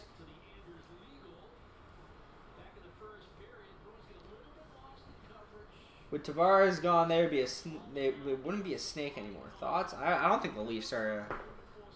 I don't think the Leafs are a snake. I'd say the Leafs are. The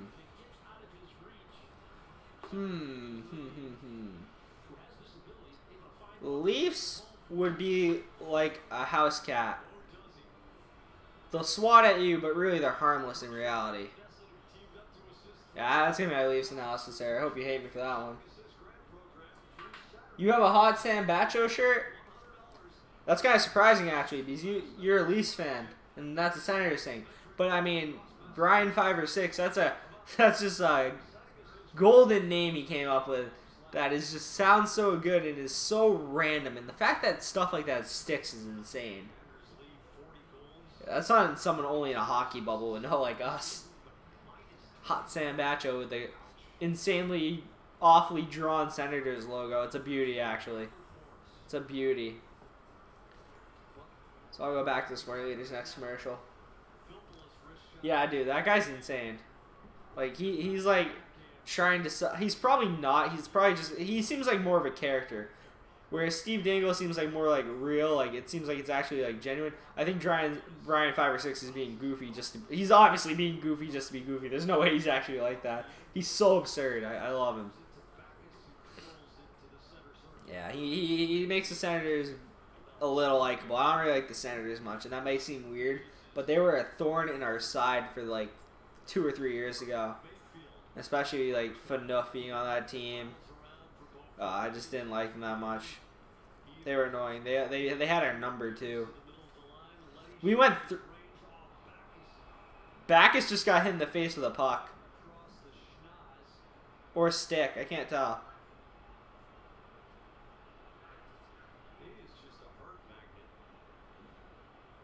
He's in pain. He dropped like he got knocked out.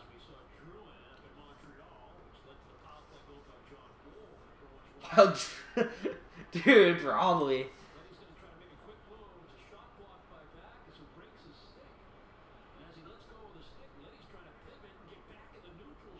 Oh, it's Nick Leddy's stick just like spears him in the face, not on purpose. Leddy follows through and it just drills him in the face. 2 minutes. He didn't mean to do it, but he did it, so it's a penalty. And David Backus is right back out there on the power play, which Bruins fans hate. Here comes one of those goals, I think, Cal. Here comes one of those David Backus goals.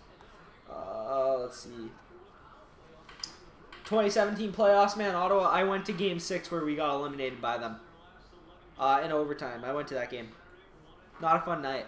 That was my birthday present. Going to the Bruins Senators playoff Game 6. And we got beat on home ice and eliminated. And then I got dropped off at college and had to deal with finals for the second semester of that year. That was a rough day.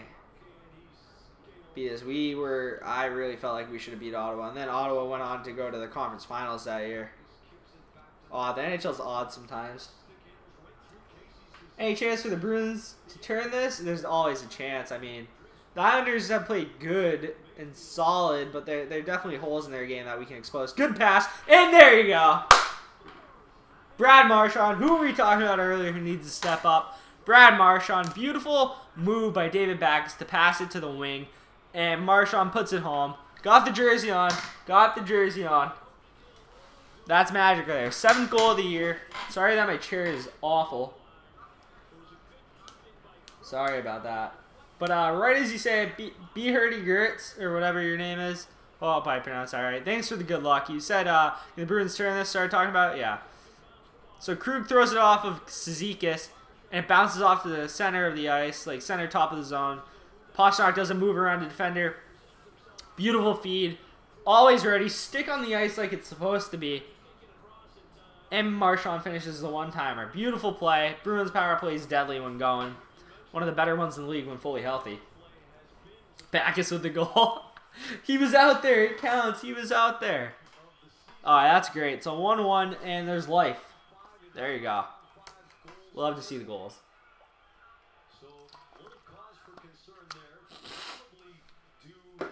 All Backus. All Backus all the time, baby. Where is Backus? He's camped out in front in case Marchand doesn't finish it. If that shot was saved, I'm almost positive David Backus... Oh, no, that was Jake DeBrusk in front. Where was Backus? Where was he? Cal McCabe. David Backus stand. All hell is breaking loose. I don't think so. I think we're good. I think we're good. I think hell's not breaking loose yet. That's unfortunate for Leddy, though. I mean, he honestly didn't mean to hit Backus in the face. It just happened. Cost his team. But, you know, we benefit, so who cares? Colby Cave. Colby Cave has had the quietest time with the Bruins. Took her ass with traffic in front. Gets a save and freezes the puck. I'm David Backus' #1 fan. You're his only fan. No, I'm just kidding. You're not his only fan. I like David Backus. That contract, though, is really bad. It's really bad. He's such a gritty player. And if he was on the fourth line for like $1 million, 1.5, no one's talking about him being an issue. It's how is he signed for $6 million? So the puck gets tipped. Lee and Grizzlick are battling in front of the net, and they get dropped, and Tuukka gets turned, but he freezes it. David Backus is #1 fan. Yeah, I really like this scoreboard on the stream, though. I'm really glad I figured it out. You know, if the Bruins didn't have the jersey retirement and the huge delay, I actually probably wouldn't have had that up, because I did that in my free time while setting up the stream. I was pretty rushed because I actually got home from class today, stayed up early night studying for a test, biology test and all that. I'm not that great at bio, so I had to study more for it. I think I did. Oh my god! What was that? Krug just did like a spinner all pass from the board straight to the Islanders and like Beauvillier got a point blank chance and Tuukka swallowed it, thank god. But damn, that's stupid. Yeah, Rask is looking solid right now. Solid. Hey, we can joke about that, but if we're talking about St. Louis, I know that's very unlikely, but I don't know what the standard of jersey retirement in St. Louis is. And I don't know how like much they like him down there, but he seems their captain for a while. That could. I'm not saying it. That actually, I don't know his stats. I don't know like all of that because he played in the West. I didn't watch him as much. Definitely didn't have center ice or NHL TV back then. But I know he was a captain for a while, and sometimes things like that just, you know, they retire just because he was such a key part of their franchise for a while. So you never know there. He's definitely not getting it with the Bruins, though. Hey, when his name's on the cup, that's all that matters. Backus from his knees handling it.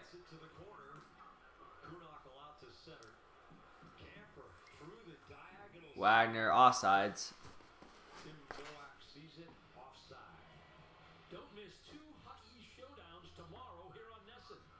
Oh, the MLS playoffs are on tonight. Look at that. I meant to watch that, but the Bruins are on. I should have put that on during the hour in between the jersey retirement and the game. Red Bulls are up 1-0. Atlanta leads them by a mile on aggregate. My guess is that second game, Sporting KC in Portland, will not start until this first game's over. I bet none of you care about the MLS playoffs, but I do. I like MLS soccer. Season ticket holder for the Revolution. Big fan. Big soccer guy. For American standards, big soccer guy. Yeah, but Sporting Kansas City and Portland, that should be a fun one to watch after this game ends. I don't know, I don't think I'd stream for that though. I don't think I would. Red Bulls are done. Yeah, that 3-goal aggregate is killer, man.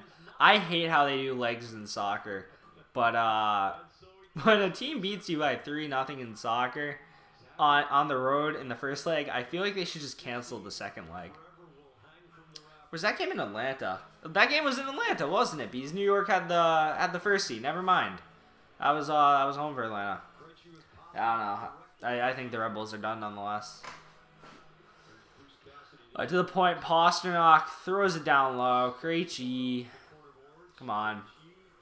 Ooh, clipped. Go Adam Clifton. There you go.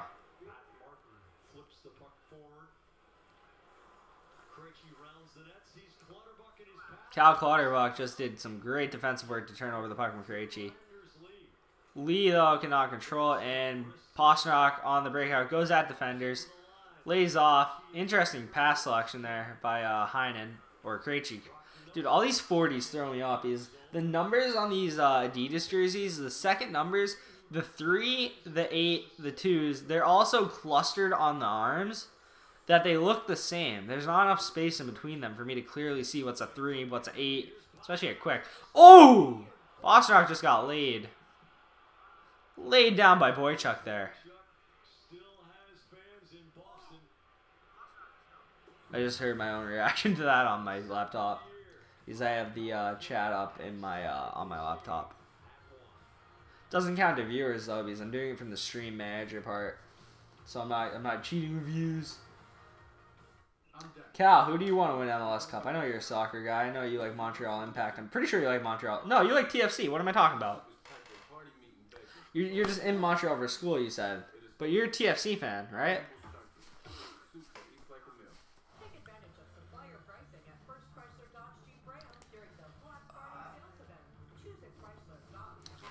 Wish I had 2 cable boxes down here. I got a second TV down here that sometimes I'll put like my video games on one TV and then like a random like sporting event on the other just to have in case there's a down point in a game. Wish I had another cable box so that way I could set up the MLS playoffs along with the Bruins. Yeah, I knew you were a TFC fan. I immediately realized when I said Montreal, I was like, nope, that's wrong. Yeah. Who do you have a team you think is gonna win MLS Cup though? I think Sporting Kansas City's gonna, but I know I think they're Atlanta's probably the favorite right now. Yeah, they definitely are. They're most likely moving on. Let me go back to the scoring leaders. Let me actually see who scored for the Red Bulls.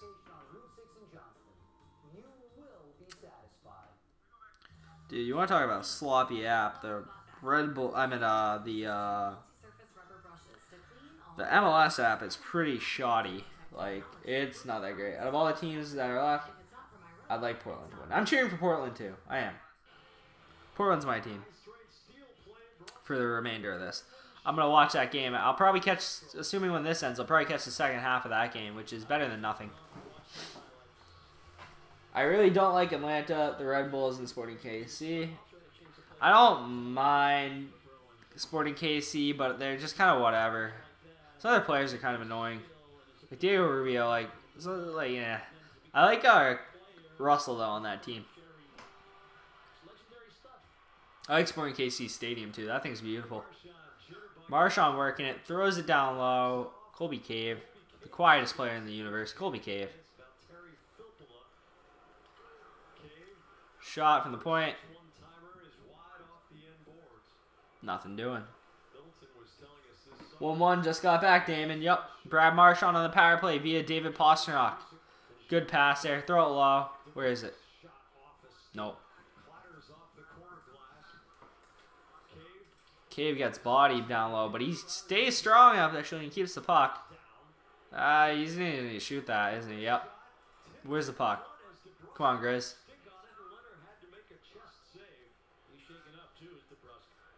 DeBrusque is shaken up. I think he's fine though.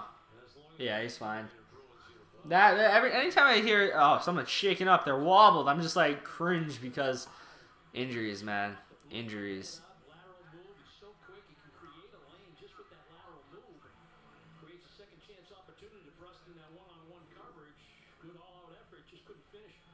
Yeah, he's good. Jake DeBrusque is a trooper. He'll stay out there.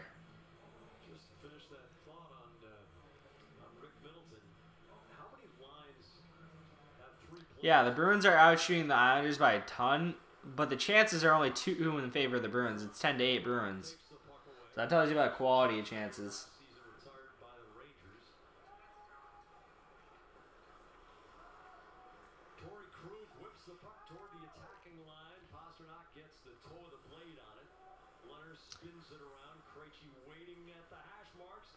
Is he tripped? No call. That's kind of upsetting. I know whining for that call is kind of cheap, but you know, you like to see it.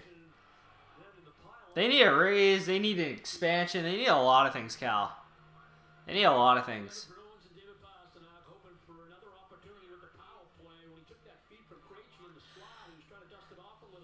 I want to see a replay of it. So yeah, he gets the puck in the slot area, and Bailey like kicks his leg out from under him.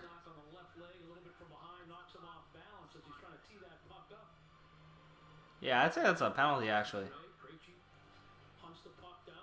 I mean, you come by and you take the guy's foot out with your foot. That's like, you know, a penalty. I think Boston fans really respect how little or not at all that Pastrnak whines or does not whine. Oh, David Backes fumbles. Keeps it in. No, there we go. Wagner. Fourth line's had some good shifts, I won't lie. I can't complain about the fourth line tonight. Backus, Corrali, and Wagner. Can't complain about them. They've been solid. Ooh, big turnover, and Corrali's going to start the breakout by himself. Good pass off the boards to Krug. Oh, Krug's got a... Ooh, where is it? It's still out there, isn't it? And Johnny Boychuk is wrestling Chris Wagner to the ice. Former teammates.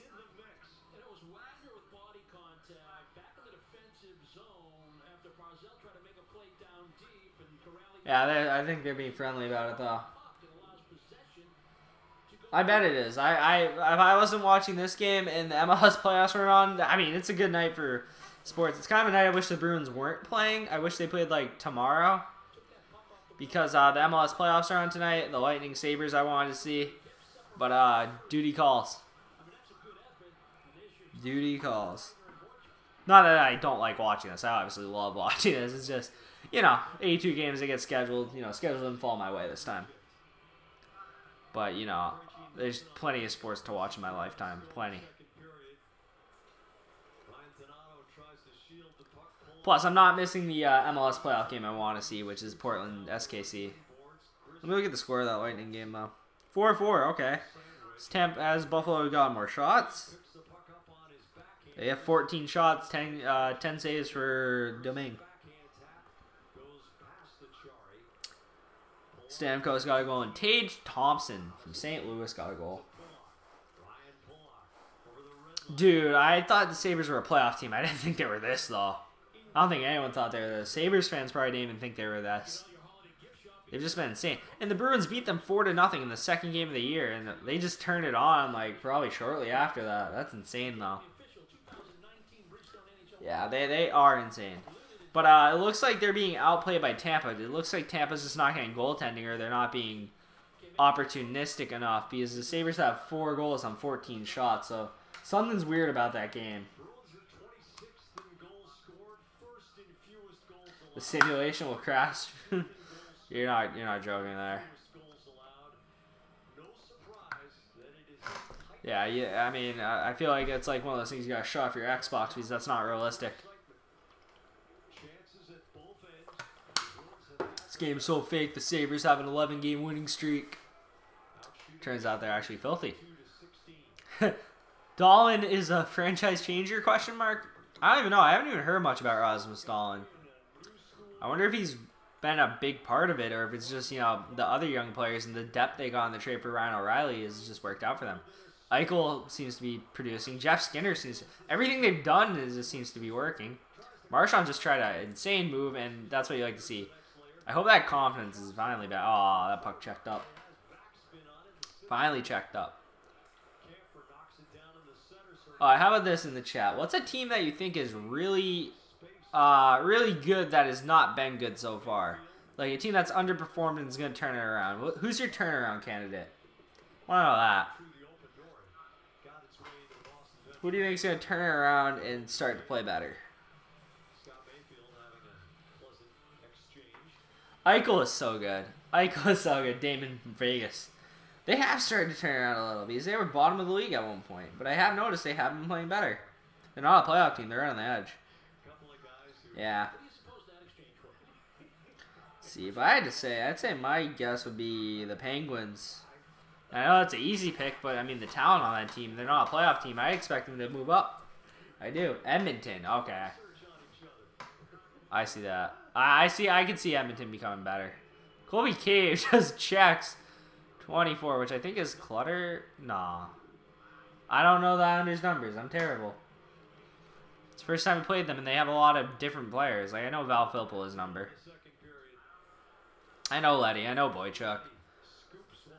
I know Everly. I know Bailey. I know Anders Lee. Kuhn Hockman, I'm starting to remember. They're just such a weird team on paper. Tuukka gloves it on the net there to freeze it. Hot take, the Flyers? No. No, absolutely not. That's a sinking ship. I think that ship's going to go down in flames. I know they fired Hextall, but Hackstall's still there. And Hackstall is the coach. No chance. No chance. As long as Hacksaw is the coach, I don't think that's turning around. But it's a hot take is a hot take for a reason. I mean, it's definitely a hot take. That's a spicy take. Muy caliente. Chinese mustard, as Jack Adams would say. That's a hot take. Very hot take. Adjectives, all of them, all of the hot ones. That describes that take. That's like your David Backus Natty Hattie take. Oh, get a shot here. Good. Where is it? Oh, rebound was secured by Wagner. Wow, Kunako's got a headlock on Grizz. I feel like some of these guys, they see the shorter players and they're like, I'm going to put you in a headlock because I can for once. Just rude.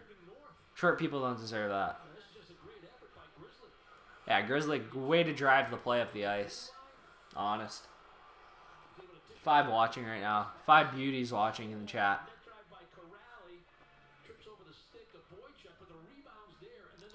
Oh yeah, Wagner throws it. It just hits Leonard's arm.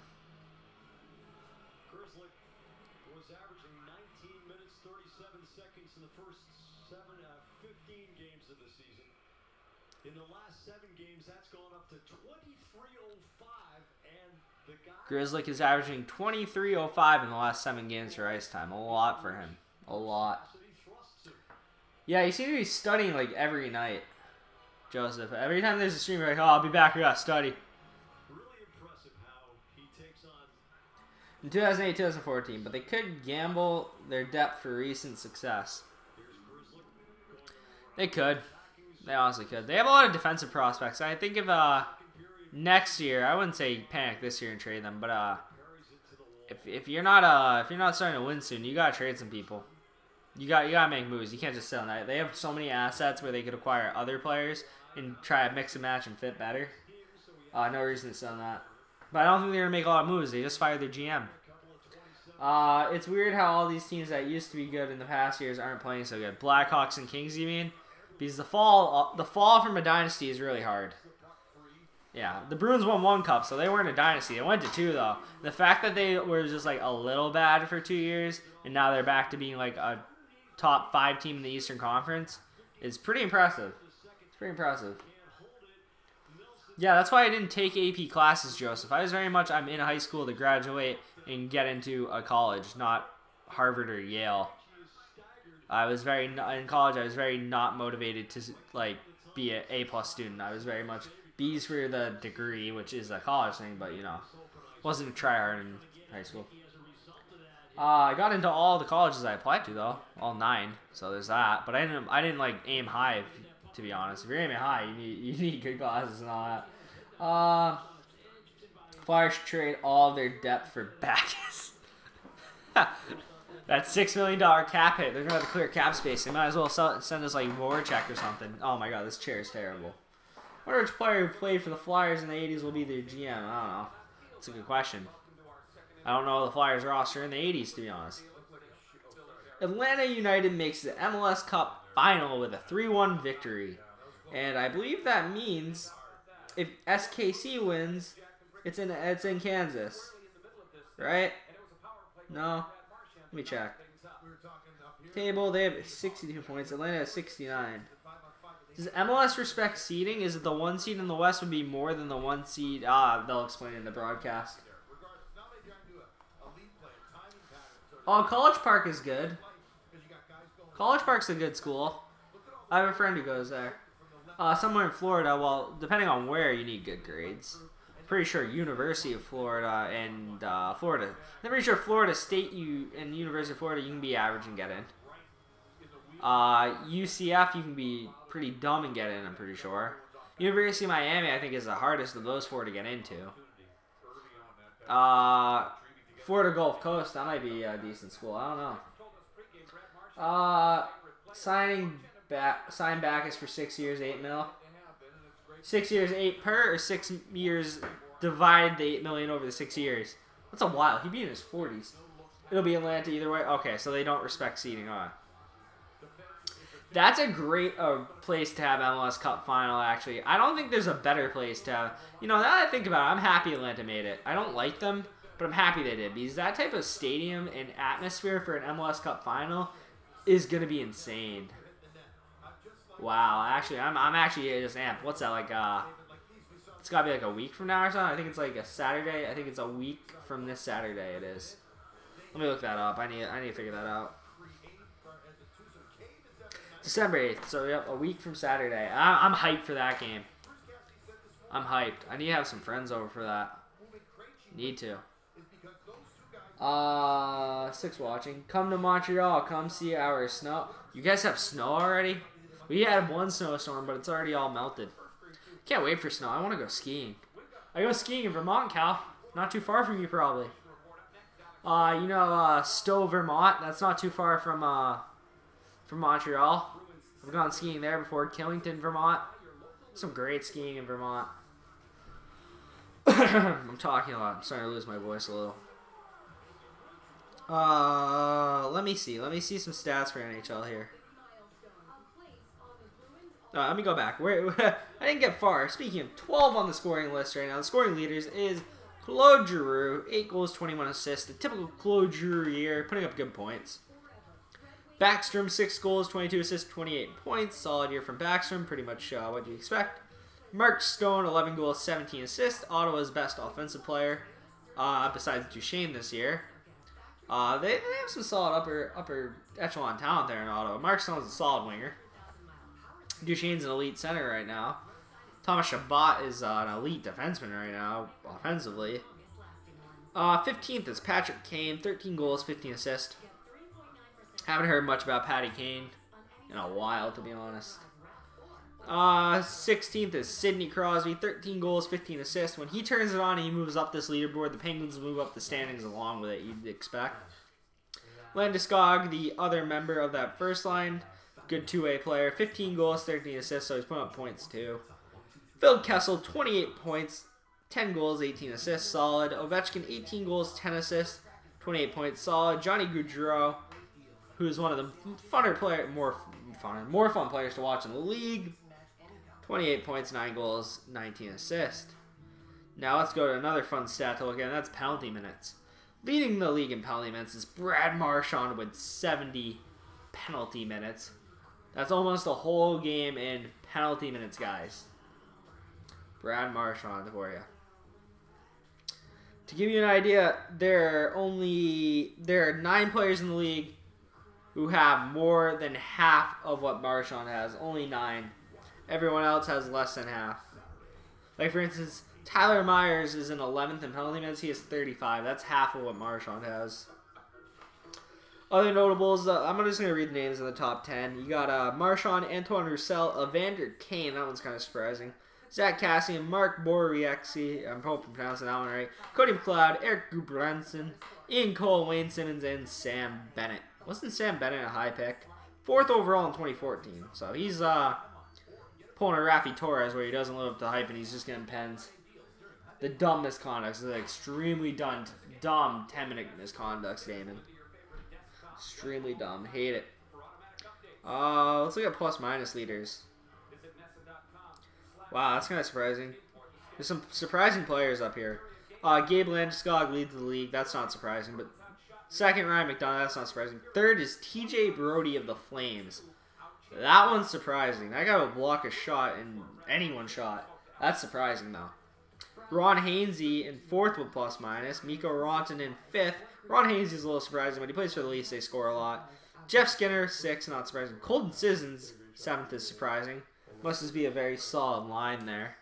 You got Tyson Barrie at 8th. Nathan McKinnon at 9th. 10 is Brain Point. 11 Ryan Johansson. 12 is Philip Forsberg. 13 is Josh Anderson. 15 is Ryan Murray. 14 is Morgan Riley. Went out of order there, my bad. 16 Mark Giordano. Must be paired with Brody. Kasperi Kapanen is 17th. Tyler Seguin 18th. Nick Bonino 19th. And Mark Stone 20th. Sabres are applying so much pressure on the Lightning, so I'm assuming you're watching that game. Let me check out the score for that. 4-4 still, late third. Dude, they're still like 10 shots behind though, but that's they've been consistently behind them. Final results: Ottawa beat the Rangers, shut them out 3-0. Matt Duchesne with a 2-point game, 1 goal, 1 assist, led them to the victory. Craig Anderson with a 27-save shutout, solid for Ottawa. Rangers are kind of a mixed bag or whatever this year. Columbus, which we mentioned they were up 4-2 early, they hung on and won 4-2. Lightning and Buffalo are still at 4-4. Arizona has taken a 2-0 lead over the Nashville Predators. Clayton Keller has a goal assisted by Nick Schmaltz, the newly acquired Coyote who was traded there for, I want to say it was Stroman. Was it Perlini? I think it was Perlini. But anyway, Clayton Keller from Schmaltz and Galchenyuk. Galchenyuk has 7 assists, so I need to look at his stats real quick. After Nick Schmaltz had a goal too, third goal of the season power play, assisted by OEL, so Schmaltz is having a good night. I need to pick him up in fantasy, to be honest. He's I dropped him in fantasy because he's playing like crap, but maybe being traded helped. Let me look at Galchenyuk's season because Domi's had a good season. Let's look at Galchenyuk. Galchenyuk has approximately 9 points in 16 games, which is far inferior to Domi. Far not as good so far. That trade's looking good for Montreal. Winnipeg's up 4-3 on Colorado. Goals that have happened since. Eller's got his second, assisted by Wheeler and Cameron Schilling. Jacob Trouba scored, assisted by Scheifele and Wheeler. Wheeler, man. Wheeler has a 3-assist game going. That man is such a good playmaker. Wheeler is like, you gotta like Blake Wheeler. Jan Ruta scored, assisted by David Kampf. So yeah, Winnipeg 4-3 lead. Let me look at the shots. Let me see if anything's abnormal down there. No, not really. Not really anything too abnormal. Mark Scheifele is a +4, so there you go for ± if you care. Edmonton and LA has started. They're tied 2-2. McDavid doesn't have a point, so that's surprising. Puljujarvi got a goal, assisted by Drake Caggiula and Nugent Hopkins. Edmonton would then go up 2-0. Alex Chiasson, assisted by Leon Draisaitl and Oscar Klefbom. So no multi-point games there either. They would go up 2-0, but then late first, LA would strike back. Dustin Brown and I'm stumbling over my words here.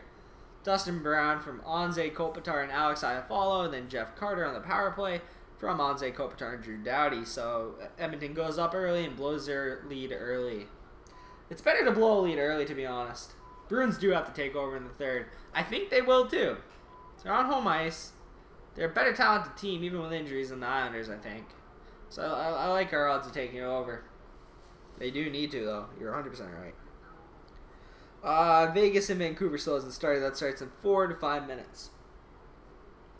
Hopefully that MLS game hasn't started. Let me look at football right now. The Cowboys are up 13-0 on the Saints. And dude, everyone's so high on the Saints right now, and I know they're good, but like, I don't know. I don't buy that they're like unbeatable like some people. I really didn't. I really did not. Like someone was like, oh, if they made it to the NFC Championship game, they would have beat Philadelphia. Maybe, but I mean, Philadelphia seemed like a team of destiny last year in the NFL. So they're 4 minutes into leg 2 of SKC in Portland. So this Bruins game needs to start up soon so I can catch the end of that, because that's going to be upsetting if I miss a lot of that. Which, you know, it is what it is. Is what it is. Pull it up on this laptop, but then I wouldn't have the chat. Back in. See, so my laptop's good for 2 hours and 4 minutes right now. So yeah, we're good. We're good.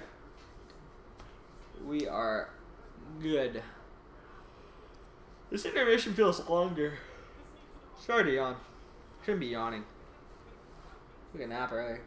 Give me your Super Bowl prediction. Patriots beat. I know that much. I know the Patriots beat someone. Let me look at the standings real quick. I know who I want, but I'm just blanking on it. Patriots will beat the Chicago Bears 24-21. I'm gonna go with that. I'm gonna say Mitch Trubisky does just enough, and the Bears defense shuts some people down. I don't buy teams that like run people out of the building like LA Rams, and I don't buy those type of teams like really winning a lot. It's very rare you see a team do that. I think Denver's the last one who did that, and they didn't even win their game like that. Like a lot of teams that are high-powered offensively, their defenses like struggle because of how fast and how much they're on the field. That's a thing. That's the thing. I'm probably wrong. I'm always wrong with Super Bowl predictions. I don't think the Chiefs have the defense, but yeah. That's what I think about that.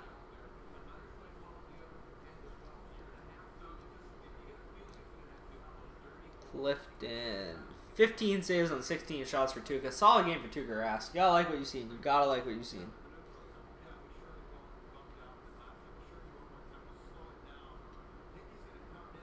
Oh, yeah. Hickey laid a massive hit to the upper body of Krejci. He got dropped. Krejci lost his balance. Yeah, he got hit in the chin. Could knock you out. He's lucky.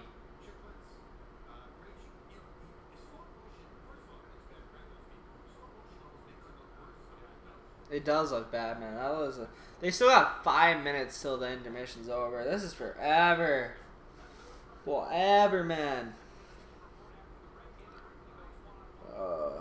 You know what I should get? I have NHL TV, which I paid for. And I have an extra TV here, and I have a Chromecast upstairs, but I don't feel like setting that all up right now. I don't feel like going upstairs. Plus the Bruins game's gonna start, so I'm gonna focus on that. But like, yeah. Let's go, man. Let's go, Connor.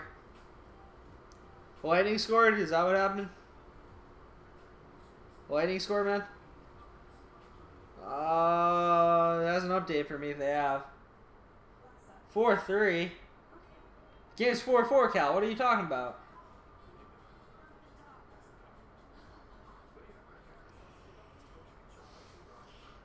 I'm confused on what you're talking about, Cal. I'm really confused.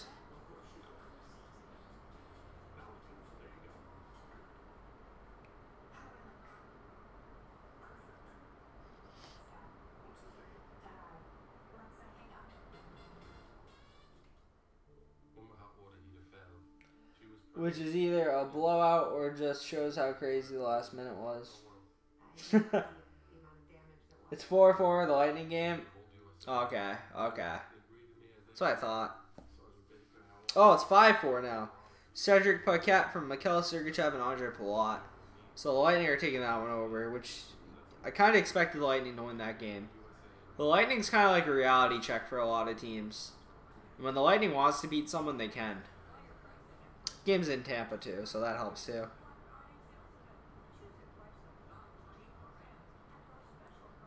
It was that good. It was so good it could have taken back a goal from the Sabres. I mean, in fairness, though, the score differential is still +1 Lightning. So you got that.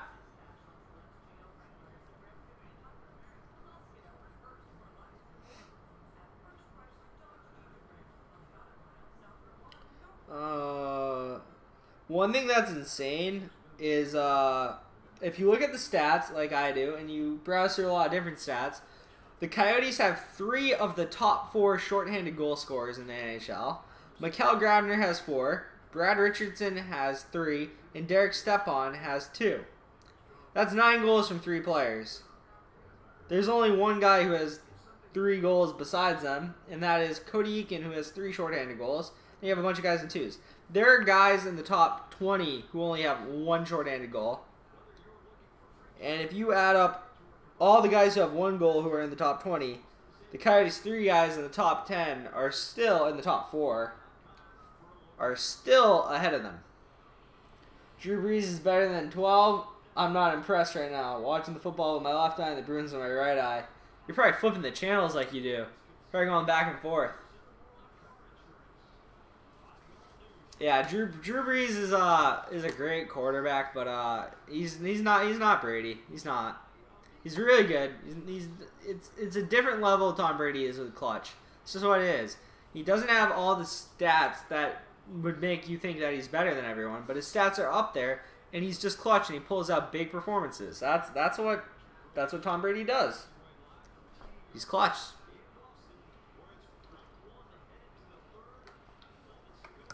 Third's about to start in about a minute. So we got that. They're interviewing Joe Sacco. I actually went to high school with one of his nephews. Actually. It's kind of random. He's just like, oh yeah, my uncle is the assistant coach of the Bruins. I'm like, what? Come again? They don't have the same last name, so I didn't believe him at first. But then, like, once he started going to like Bruins games in the suites, I was like, oh yeah, that makes sense. If you're doing it that frequently, you must know someone.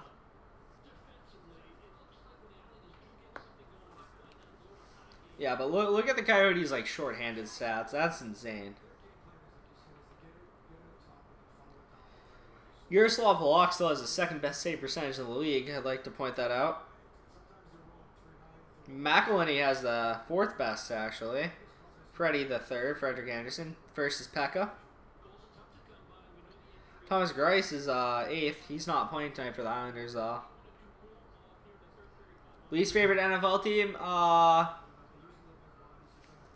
It has changed a few times. Peyton Manning changed teams, so it went from being the Colts to the Broncos. Peyton Manning no longer plays, though, so it changed again. And right now, I'd have to say it is a close tie between the Pittsburgh Steelers and the Green Bay Packers. The Steelers, because their players annoy me, and I think they're all drama queens. And the Packers, because Aaron Rodgers and his fanboys are annoying, and the whole Wisconsin, like, Green Bay, like, fans, like, and how they own their team, and how they, like, claim, like, oh, we're owners of our team, and they have, like, a random town in Green Bay's such a random town. Wow, Tuukka has to save really good opportunity getting close by Martin. But I just hate their fan base, Green Bay. Really do. Not a fan. And Aaron Rodgers is annoying. So that's how it is for me. One one rival for the Patriots and one guy in team and fan base that just annoys me in general. I like the Cowboys. The Cowboys I don't really like the Cowboys that much. I do like the Colts now, though, because I like Andrew Luck a lot. I really root for Andrew Luck. It's not like they have no one from when the Patriots and them were really like in a heated rivalry. I mean, they did start Deflategate a little, but that was like, I don't really think that was, he really had a big factor in it, the one guy who did complain. Days of Our Steelers, okay. So you watch Urinating Tree. I actually don't watch those videos they post on that, or I don't watch his weekly sports ball thing either. It's just, I just don't. I like his ones that are focused strictly on teams. Those are so good. But the weekly sports ones, I think they're kind of repetitive. But he's a great YouTuber nonetheless. I'm subscribed, so I support him. He's at the point he could post anything, saying anything about any team, and people would watch it. Like, he's got that type of reputation on YouTube that, like, he just is... He is the best sports YouTuber right now, in my opinion. So the period has started. We're 2 minutes in. Sorry I didn't mention that. You can probably see, though. We got the scoreboard down there because we're fancy. We're fancy. So you can see that now. And yeah.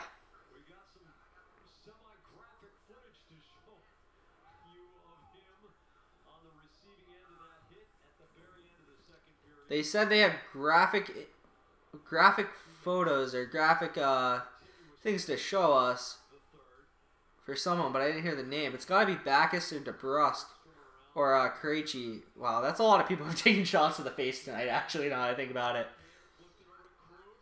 Krug tees one up for the point. Nothing going, though.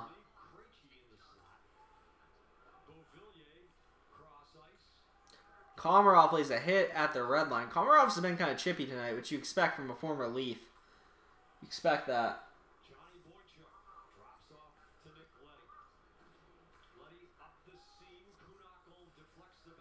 Tuukka Rask almost played that. It was in the trap. It was outside the trapezoid.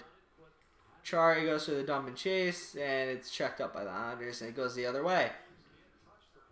Good hit by Camper there on Kuhnhackl. I'm slowly learning these Islanders numbers.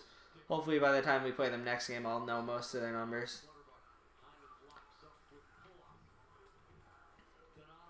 No, Bjork isn't in the lineup. That's who it was. I was trying to think of who wasn't in the lineup tonight. It's Bjork. That's who it was. I was blanking on that for a while. I didn't bring it up because I couldn't remember. Yeah, them cheese heads, man. I hate that stuff. That bothers me. That they put a piece of cheese on their head. Like, it's just goofy. Their fan base is just a walking joke. Hate to say that, but it really just bothers me that they do that. Like the cheese head, it says like part owner on the side, and it's so cringeworthy. So cringeworthy. And if you're a Packers fan and you're in this chat, I hope you're offended. I really do.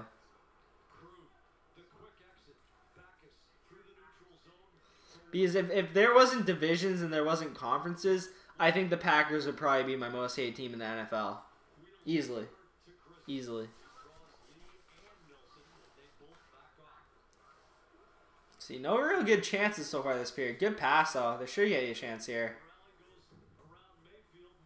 Mayfield takes out Corrali down low. There's been some physicality on this game, so you'll like to see that. Goes on. Is that a trip? Oh, no, it isn't. Lozon was again kind of sticksy there down low with Lee. Nelson gets it down low. Tukarash spreads eagle, stops the puck. Lozon clears it near the crease, out of near the area near the crease. Pretty quiet chat right now. Talk anything sports. I'll respond to anything. NFL, MLS, NHL, anything. There's no chances happening right now in this game, so there's not a lot of great chances right now. It's not really a high-stakes game either. It's a close one, though, but any questions you got about anything, I answer. I'm knowledgeable about everything. Not to sound like bragging or anything, but I follow sports very closely.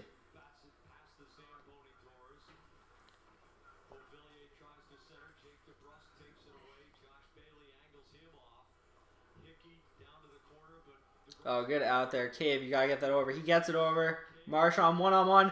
Oh, he gets the first move, but when he receives the puck from his move, the Islanders defenseman Pollock does a good job to defend it there. Yeah, I can't remember Kuhnhackle's number, but I can remember Ryan Pollock's. It's that type of night.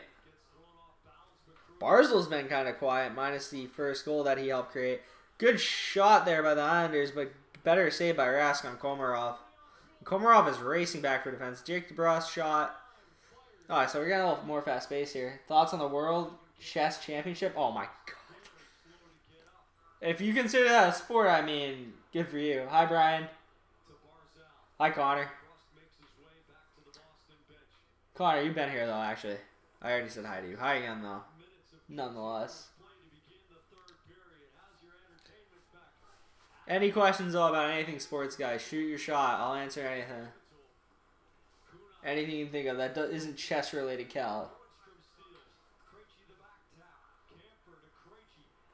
Oh, good breakout here. Wagner gets it. Oh, he didn't put it in. He had a point-blank chance there and went over the net. Shot on net. Goes behind the net. Pastrnak goes for the wrap. Pops up. This game's actually a few more chances here, and Leonard freezes it. He's being heavily pressured there.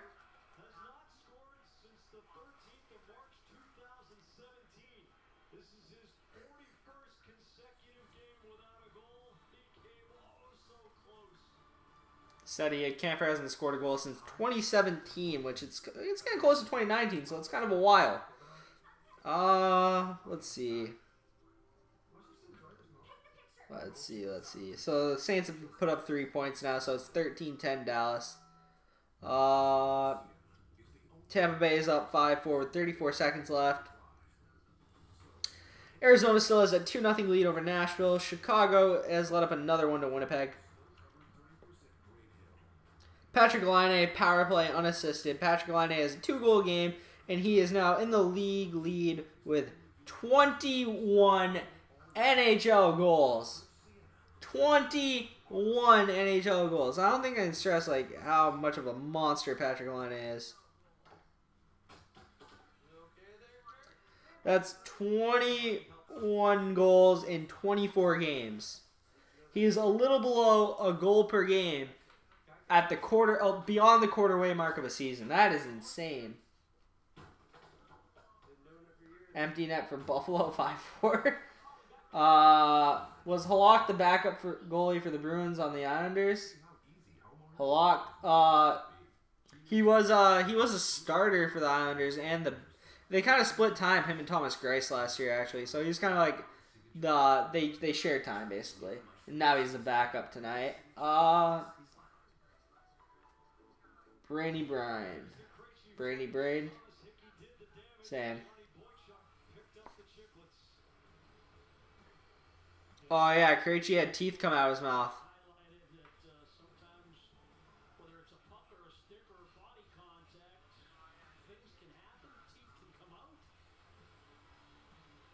And Boychuk picked up Krejci's teeth and brought it to the Bruins bench. That's hilarious. The streak is over. I mean, all good things come to an end. I think Buffalo's going to be 10-1 in their last 11. So I feel no sympathy for the Sabres.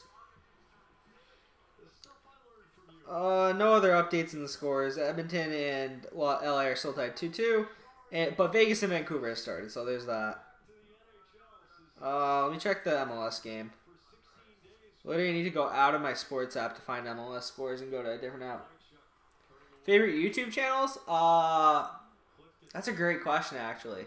I'm all over the place because most of them come back to sports, but let me actually, I can pull up my subscription list and tell you what I've been watching. So, SKC is up 1-0 early on Portland.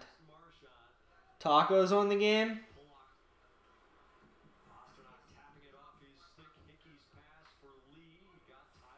Spitting Chicklets. I actually don't watch or listen to that podcast much. Spitting Chicklets. Tampa Bay won. Yeah, Tampa Bay did win. Solely. Okay, let me look at YouTube channels real quick. Oh wait. Oh, Marchand went for a move, but Pulock again defends Marchand well. The second time recently, he has done that. Second time. It's all good, Connor. Grammar is not required. As long as we eventually get your message. Let's see. I like Steve Dangle's channel, obviously. I like Tierzoo. Tierzoo, T-I-E-R, Zoo. It's this guy who, like, talks about animals and, like, how they are, like, their video game characters. It's kind of funny. Like, he talks about, like, how, like, some animals are high tier and how some animals are low tier. They're like short, like 5-6 minute videos. Very good. So Tierzoo is the one I recommend highly. Beat 'em Ups, which is a video gaming channel. If you like video games, if you like retro video games or PS4, Xbox, he covers it all. He's very good. He's an Australian guy. He's kind of charming in a way, like his accent and all that. He doesn't look charming. He's got like long hair. He looks like a biker, but he's Australian and all that. Urinating Tree, obviously.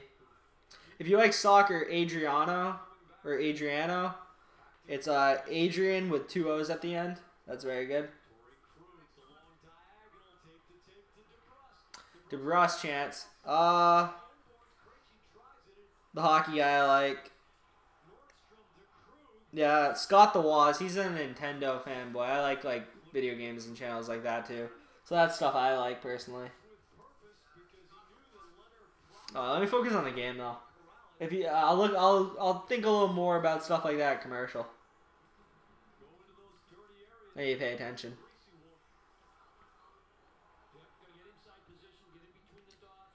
But yeah, I like the video gaming channels. Video gaming and sports channels are usually what I watch. But Tierzoo is one of the few non-video games or sports channels that I follow. I follow and watch his videos when he uploads them. They're very good too. They're comical. I mean, they're animals. Who doesn't like animals? You like video games though, and you like Nintendo stuff. Scott the Waz is the man. Even some non-Nintendo stuff, he's the man. He's the best. He has a video on Madden 08, which is absurd.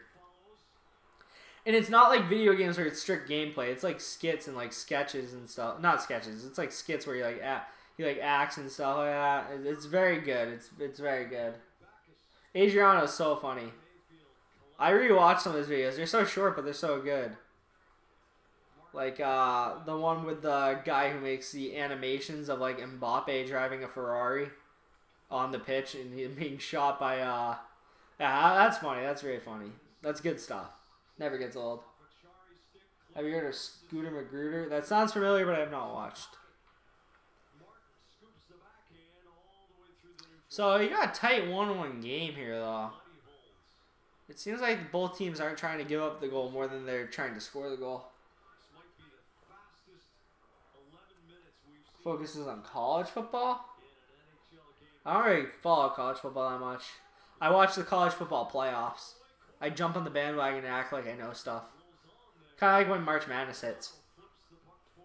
But I'm sure if he's talented and his videos are enjoyable, I'll enjoy them nonetheless, and I'll learn about college football through them. That's the thing. Like, there's some things like I don't follow them necessarily. Like Nintendo, I don't play any Nintendo games. I don't own a Nintendo system.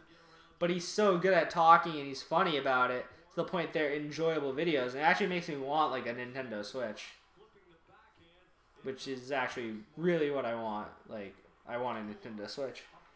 Kind of expensive to drop the $300 on a Switch, and then Nintendo games are expensive because they never drop in price. They're always like $50 to $60. But yeah, I'm sure if he's good at talking about college football and his videos are entertaining, I'd like him. So I'll definitely look that up.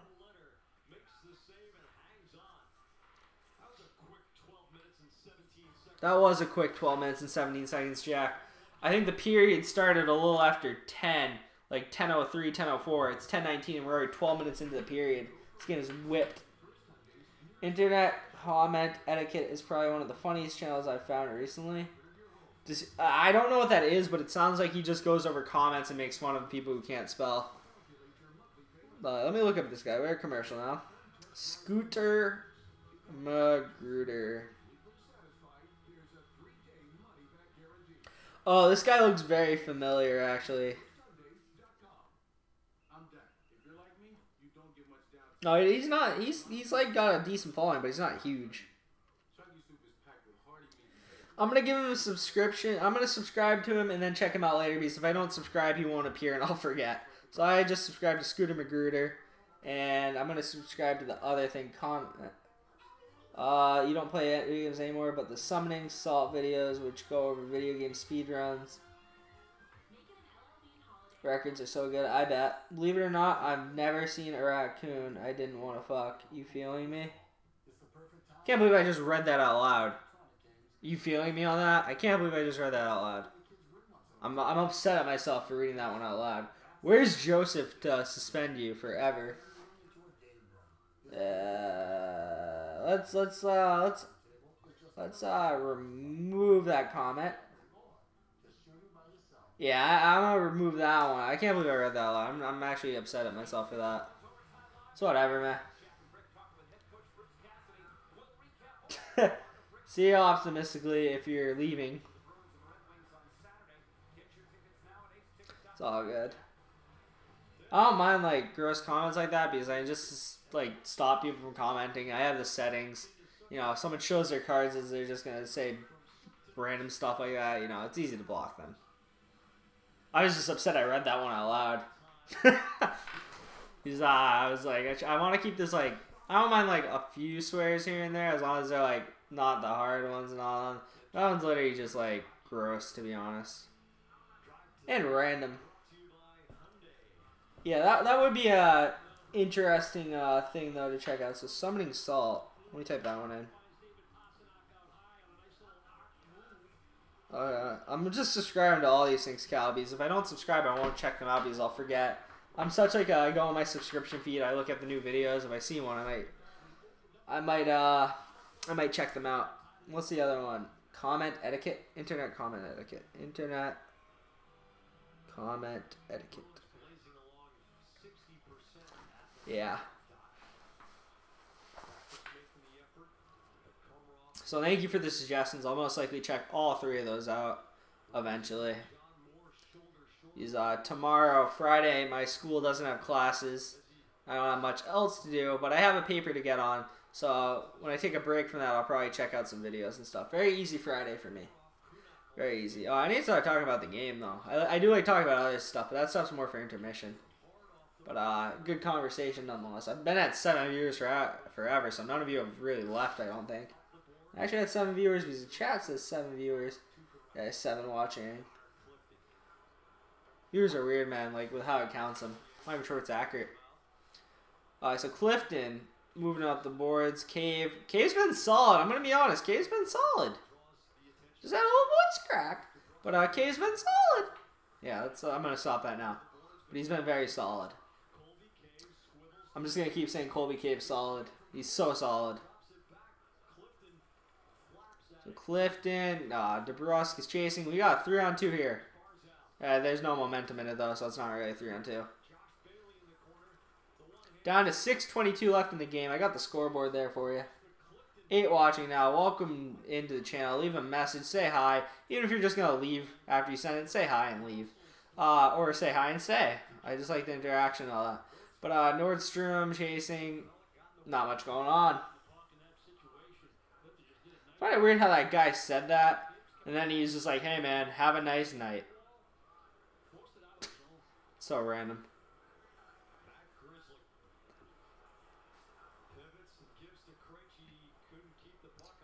So let's see. Krejci, oh, you got him. Come on, Marchand, shoot that. He got blocked by Mayfield. Shot, come on, Krejci. They're going with Krejci, Marchand, and Pastrnak right now, which I like to see a lot. He's that I feel like with all the injuries, loading the first time with all of them isn't a bad move against a team like the Islanders. That's a Pastrnak gets taken out. It's so far away from playing by accident. I don't think they're calling that. They're not. Offsides. 5:18 left in the third period. This third period has whipped by. Has honestly whipped by.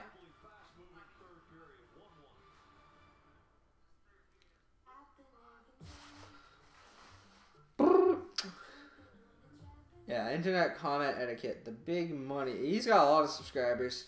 You see, that's the thing. Channels that like aren't specific and like are very broad and generic topics that do it in a good way, they're the ones that boom because everyone can enjoy people who just like suck on the internet, really. Whereas like not as many people can enjoy a hockey stream like this, which is why a channel like that will blow up. Mine will never reach that height ever because it's just such a niche and such a specific target audience.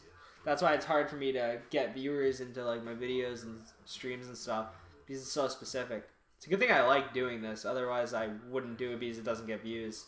It really doesn't. But I just enjoyed talking hockey. Plus, it's not really the most difficult thing to do. I just set up a webcam, set up a mic, film myself. And I have to edit the videos. Editing is the worst part about it for the videos. This is easy because I just set up the camera and I talk during the game. This is easy. Plus, they record it for me, so when I end the stream, it will automatically post, which, you know, I doubt many people are going back and checking out a live stream during a Bruins game. Maybe they want to see, like, my reactions to goals and stuff like that, so maybe a few people do that, but I can't imagine a whole lot. Or maybe they just want to see if I'm interesting or not. But I doubt a whole lot of people go back and watch, but, yeah. Plus, these streams draw more people than those videos do. Because so many people click on it because they like want to like. A lot of people like think I'm showing the game too, which it's hard to make a title big enough to the point I can tell people it's not showing the game. But they come in and they leave, or they come in and they stay.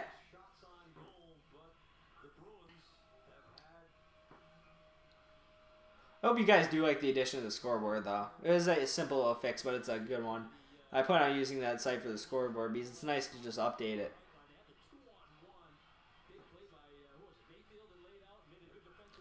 Wow, Cizikas is just cross-checking the crap out of Achari there.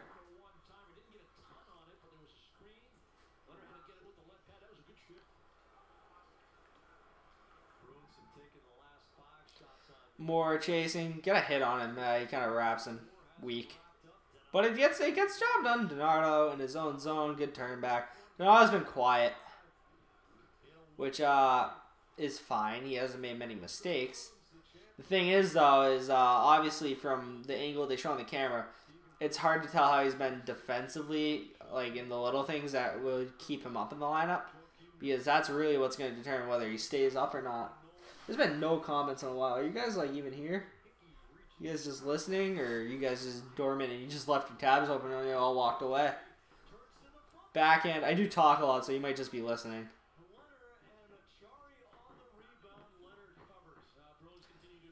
Heinen with a good puck on that, and it's frozen. It's frozen. Can I see who's in the chat? Participants. Pat Dar, 1998. So it says no one's participating. That's interesting. I wonder how that works, because it says I have 7 people with 0 participants in the chat. That's very interesting. When's the next time I think I'm going to stream? Let me check the Bruins schedule. Honestly, that's probably what's determining it. The weekends are going to be tough for me to get a stream because it's questionable. But let me look. I believe we play Saturday. We play the Wings Saturday at 7. That's a maybe. That's a big maybe. Because I do have work to do like for school this weekend because this is going to be my busiest weekend with projects and stuff. So if I'm just around and I'm going to take the time off anyway from doing like projects and stuff to watch the Bruins, I might just stream it. If I'm just so tired from doing work and I don't have the energy, I might not. So that's a game time decision. So check at around like, I don't know, the game says it's starting at 7. So if the stream's not up by 7:15, 7:20, it's probably not going to ever get up and I probably won't do it. So if you want, you can follow me at Twitter or Joseph, you can just message me on Instagram. I know you follow me there. If anyone in the comment wants my my Twitter, just say and I'll share my Twitter with you.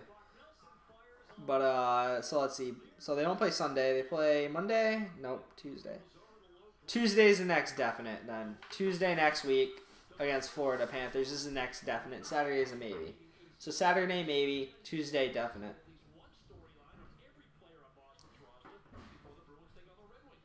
3:18 left in the game. 1-1 in the third period. Not a very big eventful game. Just a physical, grinding type game with not a lot of high quality chances. Should be looking at some overtime here. I guess. I think we're gonna be looking at some 3-on-3.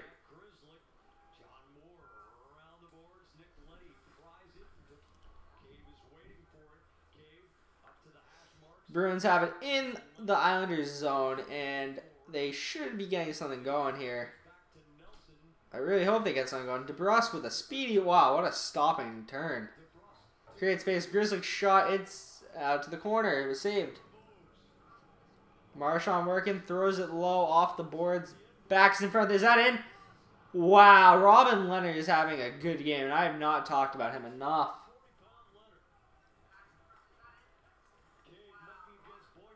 Yeah, I think it's going to OT too. How far into OT do you think Back is? Dude, I'm still waiting for his natural hat trick. I'm expecting that, Cal. But I'm going to say 240 Backus gets on the board in OT. But it's looking like the Bruins are trying to make it so there is no OT. Yeah, at least, you know, what number is David Backus? 40, 42? 4 minutes and 20 seconds into overtime, he's going to score, actually. I'm changing it. He seems like a 420. I'm pretty sure he would have 420 on the back of his jersey if they let him put 3 numbers on there. So he settled for 4-2. It'd be nice to see Heinen score. I agree. I like Danton Heinen. I feel bad for some of the... Wow, Islanders just got 3-on-1 and they blew it. But I feel bad for some of the criticism Danton Heinen takes because he's a solid player in all the little things. It's just he's not the most dynamic player, and I think people are getting a little too upset at a 5th-round draft pick who's in his 2nd year and was 5th on the team in scoring last year, which is the same thing. He was 5th in points, injuries and stuff. 3 minutes, plenty of time for Backus to get 3 goals. It's a minute 32 now, so he's only got half of that.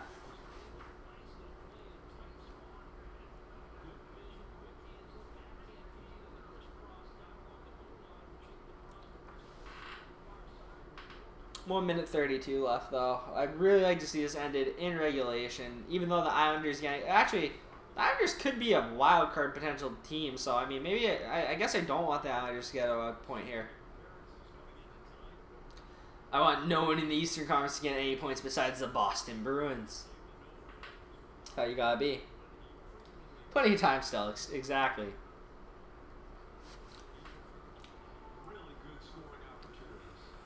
I have a question. Now, no one's ever told me this, but can you hear my TV? Because I just turned it up a little. I'm curious if you can hear the TV. Because I don't want it to be picked up in the stream. I'm really curious about that. It's all about timing, man. Oh! Just lays him down. No one's answered if they can hear my TV, so that's, yeah. Just looking for a simple yes, we can hear it, or no, we can't. Barely can hear TV, but it's not anything. Okay. Because I'm pretty sure even audio from Nesson can be used as like a thing to take down the stream, and I wouldn't want that. Wouldn't want that at all.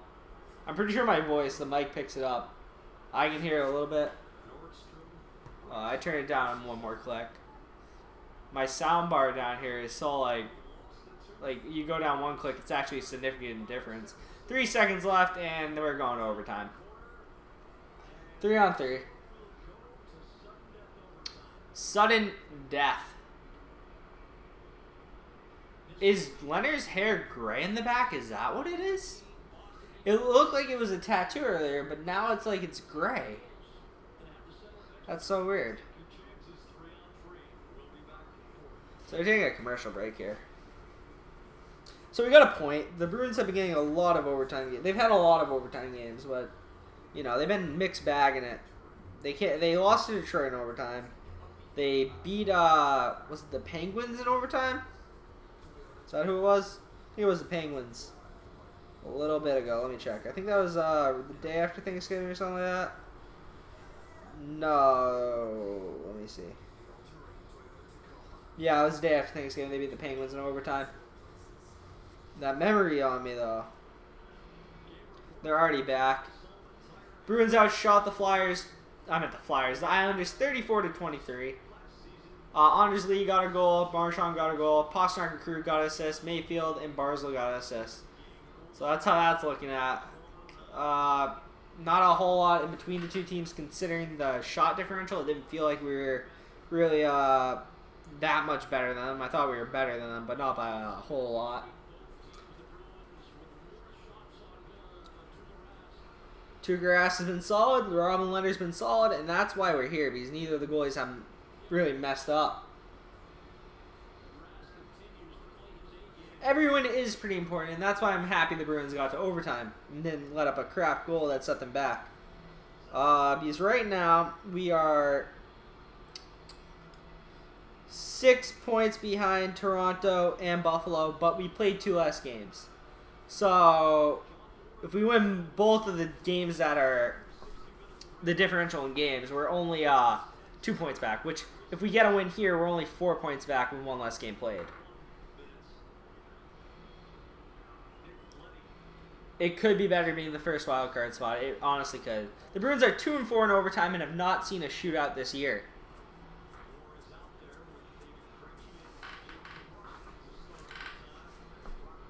Yeah, I'm not. I root for the Bruins to get the. I really just.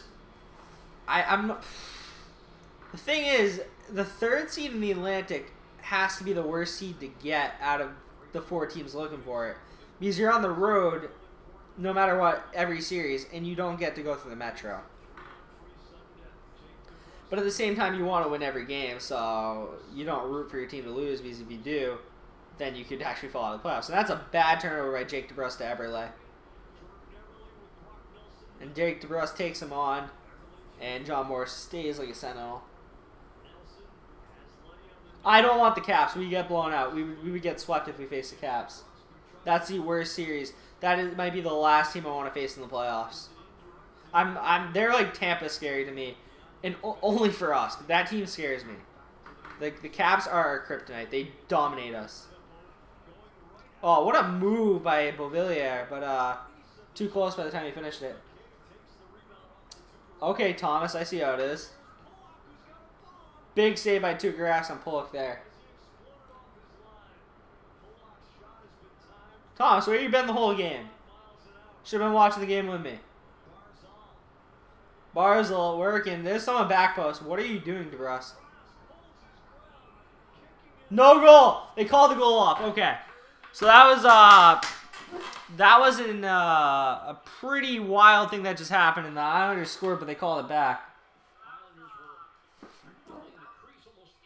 Alright, so let's see what happened, because it sounds like they're counting a no goal here because of interference. So Barzal throws it on it, hits Moore's stick. Beauvillier goes in the crease. He runs into Rask, and then Barzal puts it in. Let's see. No, Bavaria goes way too hard at the net there. That's no goal. That's no goal. They're calling that back. No goal. It's absolute goal interference. Jake DeBrusk goes in, but then Beauvillier also goes in. And you can make an argument Jake DeBrusk in the way, but Beauvillier also, he hits Rask too. I understand. The ref whistled it dead, so that can't count. It can't count. It absolutely can't. Yeah. Absolutely will not count. Cannot count. Should not count. Cannot count. Will not count.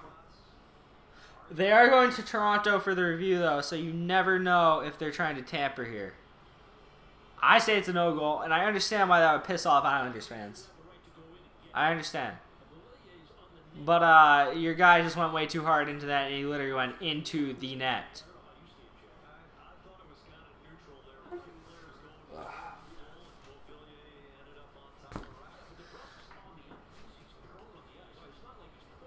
Yeah, Beauvillier puts himself in that situation. DeBrusk is just in the way of that. Trotz being Trotz, I mean, I don't blame him. I mean, you could make a real argument Jake DeBrusk forces Beauvillier to go in the net because he has nowhere else to go. But at the same time, Beauvillier drives the net, and Jake DeBrusk is going to block the puck. He's not going to get in Beauvillier's way, and Beauvillier hits Rask with his skates too. So he very much makes contact with Rask here. So this should not count.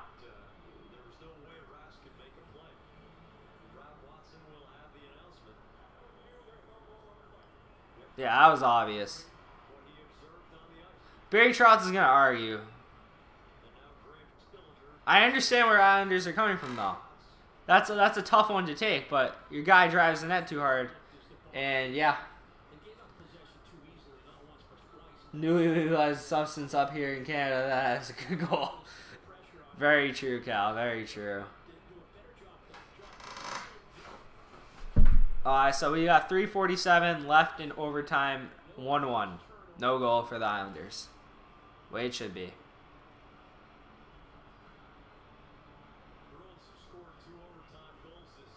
So where's the face-off? Just more delays. Yeah, they take a long time to get these things off. Like, I knew that wasn't a goal right away. 3-shot, and they're redoing the face-off. Redoing the face-off. Why? So Cade, Marchand, Krug, Bailey, Filppula, and Leddy. And they toss the guys out of the face-off circle because let's extend this face-off as long as we can. Let's see. Leddy, he's backing up. Marchand's pressuring.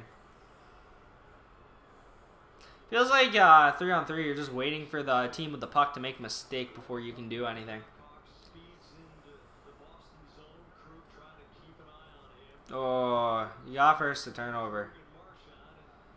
I really feel like we're going to shoot on this one. Backus isn't even out there, man. He's not going to get out there until 4:20 in, bud. Delaying it. They're giving him a rest because he's like old as hell and he needs a rest. So he plays 8 minutes a night, 10, 12 minutes a night. There you go. Krejci gets a turnover, passes to Krug. Islanders go for a change, and Krug should really try to get this puck up the ice. He does. Checks up at the blue line, enters and all that. Is being chased and retreats out to the neutral zone. Good pass to Pastrnak. Pastrnak's got speed. He's got speed too. Mistakenly. Oh, wrap that. Oh, he didn't have the most of speed. John Moore's got to get that over. In the skates of Krejci. Krejci's shielding very well. Moore up the boards. This is good. Oh, John Moore, get a shot, get a shot, get a shot. John Moore is such a good skater. Like, that's insane what he was just doing on the ice right there. Like, all right, John Moore again with the speed skating. He doesn't win the puck, though, and Nelson. Wow, Tuukka just stoned Jordan Eberle. Brock Nelson made a great pass after he stole the puck from John Moore. And, wow. Whole ice pass to Pastrnak. Pastrnak gets pressured at the boards, loses the puck. Barzal's going to get a clear shot on net here.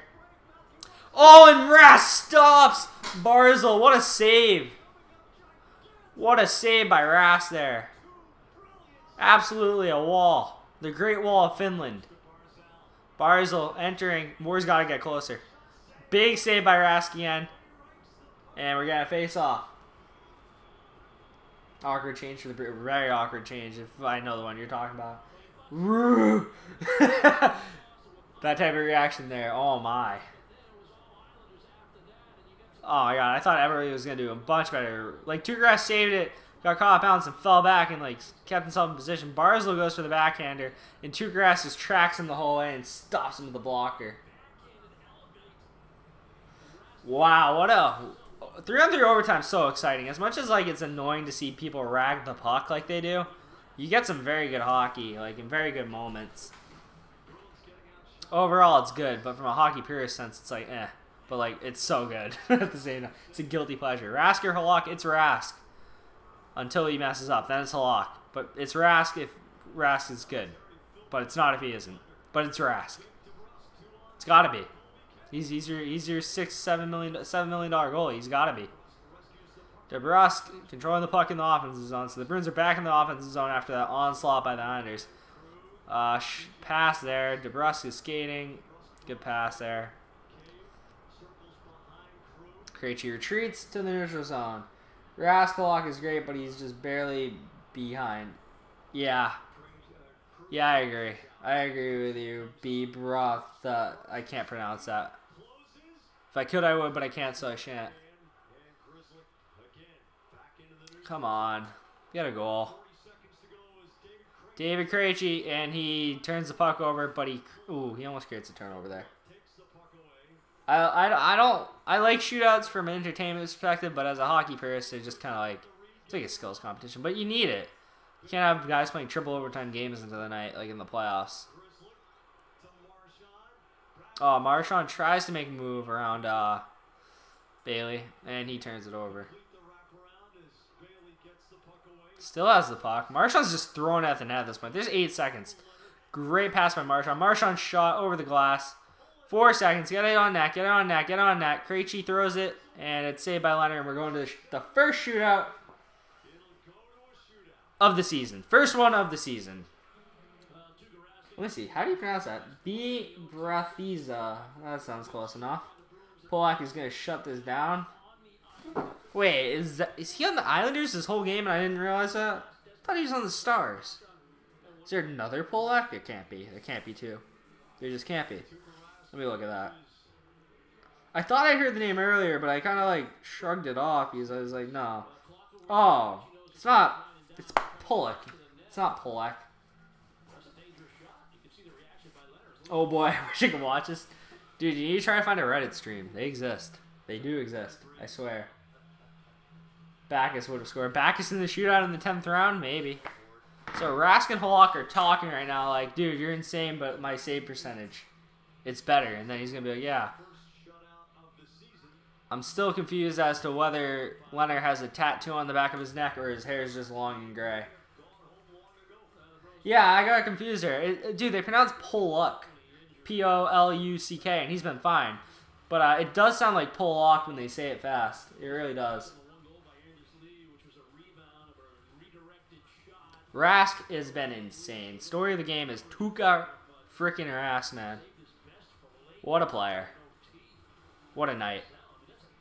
Not a great contract, but what a night. The Lou 2.0 team is messing with me. Dude, really, it is. You know, with all the players they have who used to be Leafs, I mean, all 2 or 3 of them, yeah. Yeah, Barzal's going first here. Going out pretty wide here. Going back middle. Shot, saved by Rask. You know, I really think that Rask might just win this game. Tuukka shuts down Barzal, their most effective shootout guy, I'd assume, from my knowledge. They're their most skillful player, so that's a good start. Good stick save. We're going to be here a while if you're looking for that back goal. Sorry about that. DeBrusk, 1 for 2 career, 3rd shootout attempt ever. Let's see what the kid's got. He goes for a lame shot there, and it is saved by Leonard. Lame attempt. Lame attempt. He literally just holds the puck, Gets to the hash marks of the circle and shoots. Lame. Very lame. Brock Nelson, 4 for 11, 36%, which I think is decent, actually. I don't think that's a bad percentage. I think anything like that's not terrible is good. Saved by Rask. It wasn't going in the whole way. But what I meant to say is anything above like 30% I think is good. Not terrible. Yeah, whatever.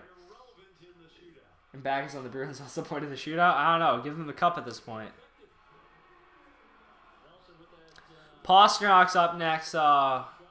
This is our best chance for a goal. Oh, never mind. He's 3 for 14 on his career, so he's actually historically not that great. Coming in with speed. Oh. Sick move. Off the post, so no goal. No goal. He comes down, blazing speed. Checks up at the hash marks. Kick. Does a little heel kick. In and out, and he puts it on net, but it hits the post, sadly. Sadly. Val Fippola, who's 8 for 31 career shootout. Goes straight at Tuukka, and Tuukka off the shoulder and up. We might actually be leading to a David Becca shootout attempt. Iron. Who's up next? Marchand?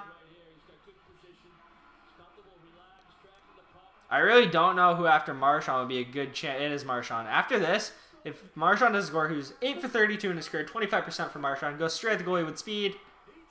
Oh, he lost the handle. He went on the D-cut, he lost the handle at the end, and it went to the boards. So I don't really know what the Bruins order is after this, because you don't really have a lot of skill guys like this. You don't really have a lot of shootout. Oh, Ryan Donato might be fourth. I could see Ryan Donato going fourth. Josh Bailey, 7 for 20, 35% career, pretty solid. Slowly goes for a crappy little shot there, pretty trash, and saved by Tuukka. That was really trash, actually. That was like Jake DeBrusk, but worse, because he came at him from a terrible angle. He's a lefty, and he goes out so far to the left. He tries to go 5-hole, and you're not beating Tuukka on a weak shot like that. It's Ryan Donato, fourth overall. Fourth, 1 for 1 in the shootout. He's very good. He's got sick hands. This is where you want Ryan Donato. Oh, he scores! He scores!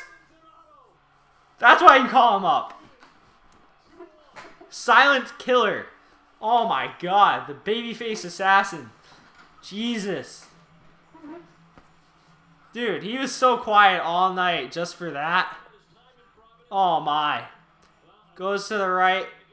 Oh, he does it so well. He does it so well. That's filthy. Oh my. He made a difference tonight. There you go. That's a point that Ryan Donato just gave us. And Tuukka Rask, obviously. 100%. 2 for 2 on the career. Ryan Donato's 100. Keeping it 100. Yeah, why was that? I don't know, man. Why does he look like he's like 18, too? What a play by Ryan Donato there. Wow. What a play. What a shootout attempt by Ryan Donato. Nice deke. For real. For real. That was a great move.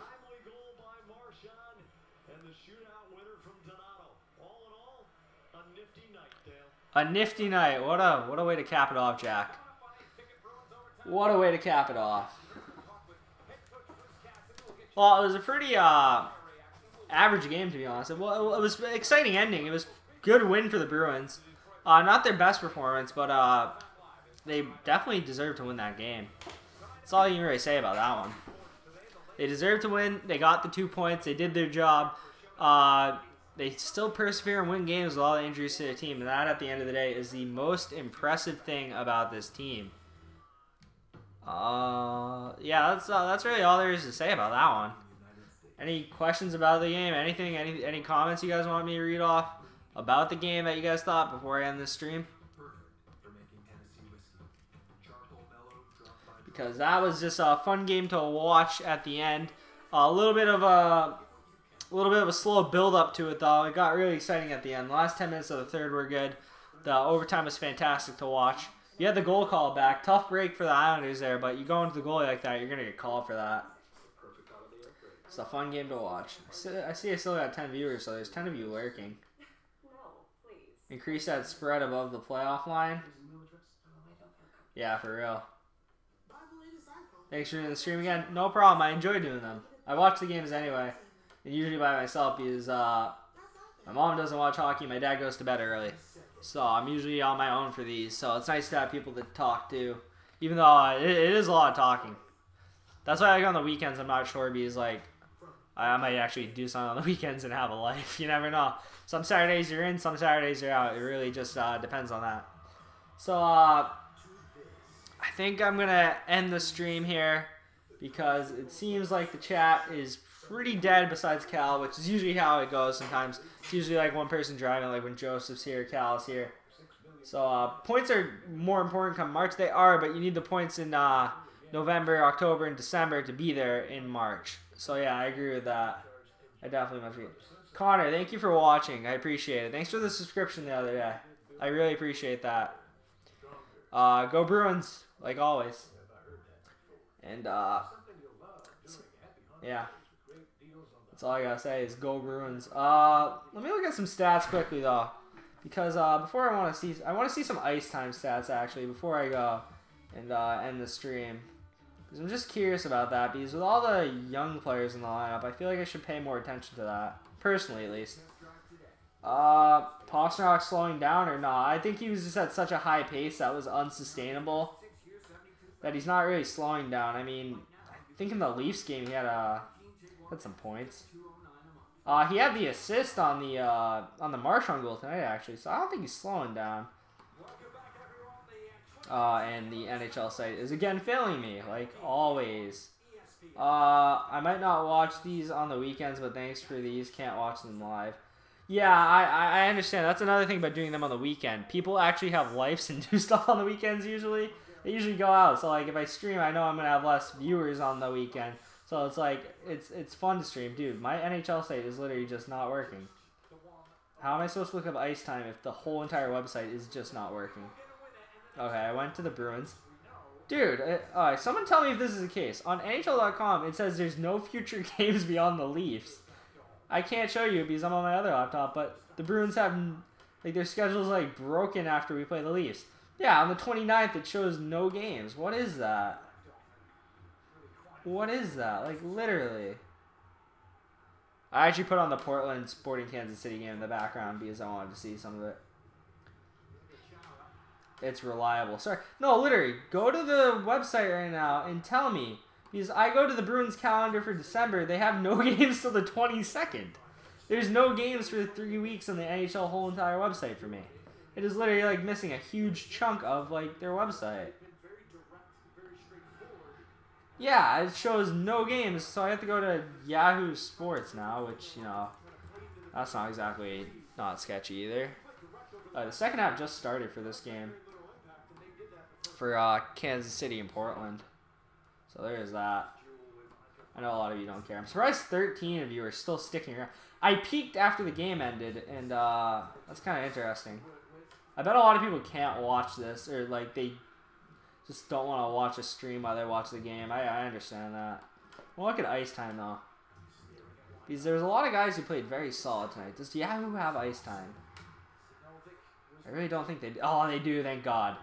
Boston, who 65 minutes for us. That makes sense.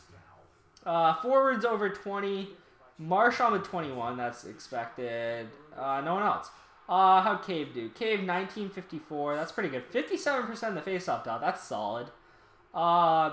Jake DeBrusk 18. That's solid. 18 for Pasta. Solid. 1739 for Krejci. That's kind of low. Backus had 1638, which is pretty high for him. He actually had a good game. I'll be honest. You were right, Cal. David Backus did have a good game. Obviously, you overrated him still, but, you know, he had a good game. Sean Crowley, 15 minutes and 58 seconds. That's a decent amount of time. Wagner, 15:38. Nordstrom, 15:37. And, wow, big drop off to Donato at 10:41, but he got the game winner. Noah Acciari, 10:17. And Danton Heinen played 8 minutes. Wow, doghouse. That's what he's in. 8 minutes. I'll see you, Damon. It's nice seeing you in the streams. Appreciate the view. Website crash because people want to see the updated standings of the Bruins win. I understand, Backus. Dude, too much traffic with the Bruins win. I mean, yeah, it's gotta be it. Wink nod. John Moore played some big boy minutes tonight, 25-37. I thought he was out there a lot. It seemed like it. He was so good tonight. He was so good with the skating. John Moore was fantastic. Matt Grzelcyk, he was all right, 21-53. Through his time on ice, 21 minutes, 53 seconds. Torrey Krug, mixed bag, 21-09. He's really good in the offensive zone. Had the assist on the power play. Love Krug. Clifton, who's solid, like always, 21 minutes and 5 seconds. Drop off to the third pair. Jeremy Lauzon, 18-58. Jeremy Lauzon's an NHL player. He does not deserve to go back to the AHL. Clifton, I could say the same. There are teams that could really use them and should try to trade for them if the Bruins ever get healthy. Steven Kampfer, 15 minutes and 52 seconds. That's 7th defenseman, playing less minutes than the guys who have played less than 10 NHL games. Kind of bad look on Kampfer, but it is what it is. Overall, you get the win against the Islanders. Not the prettiest win, but a win nonetheless. You see the score has updated finally. 2-1 final in the shootout for the Bruins. Record 14-7-4 right now. I'm not sure if that's updated. It is updated. That is updated. So now we are 4 points back of the Leafs and 4 points back of the Sabres, which is not too bad considering the injuries. Montreal is 3rd in the Atlantic. That's not true. That's not true. You're lying. You're lying about that. I'm almost positive I would have noticed that. They're 5th in the Atlantic with 27 points, and they're falling behind. Last 10, Montreal's 3-4-4. There's really no... The Montreal had a decent start, but we kind of knew they were going to fall off. Ottawa had a decent start. We thought they were going to fall off. Detroit is 11-11-3, which is better than I thought they'd be.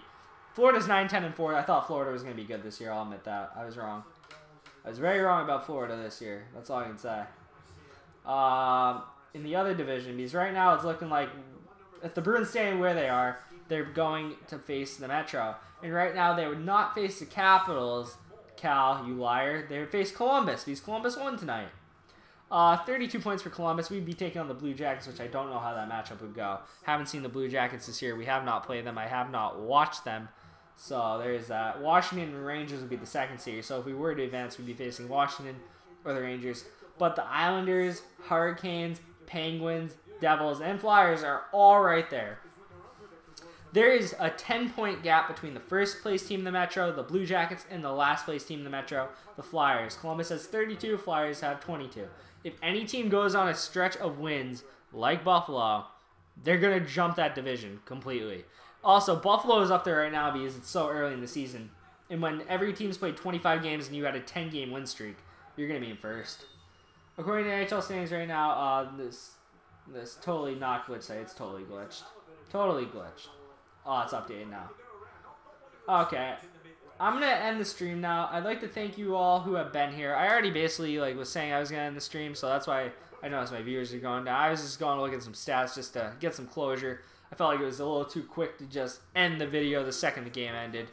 I kind of wanted to because I'm a little tired and hungry. But nonetheless, thank you guys for watching. I appreciate it. Cal, thank you for being here for basically the whole stream and being a good kid. Good kid. Whoa!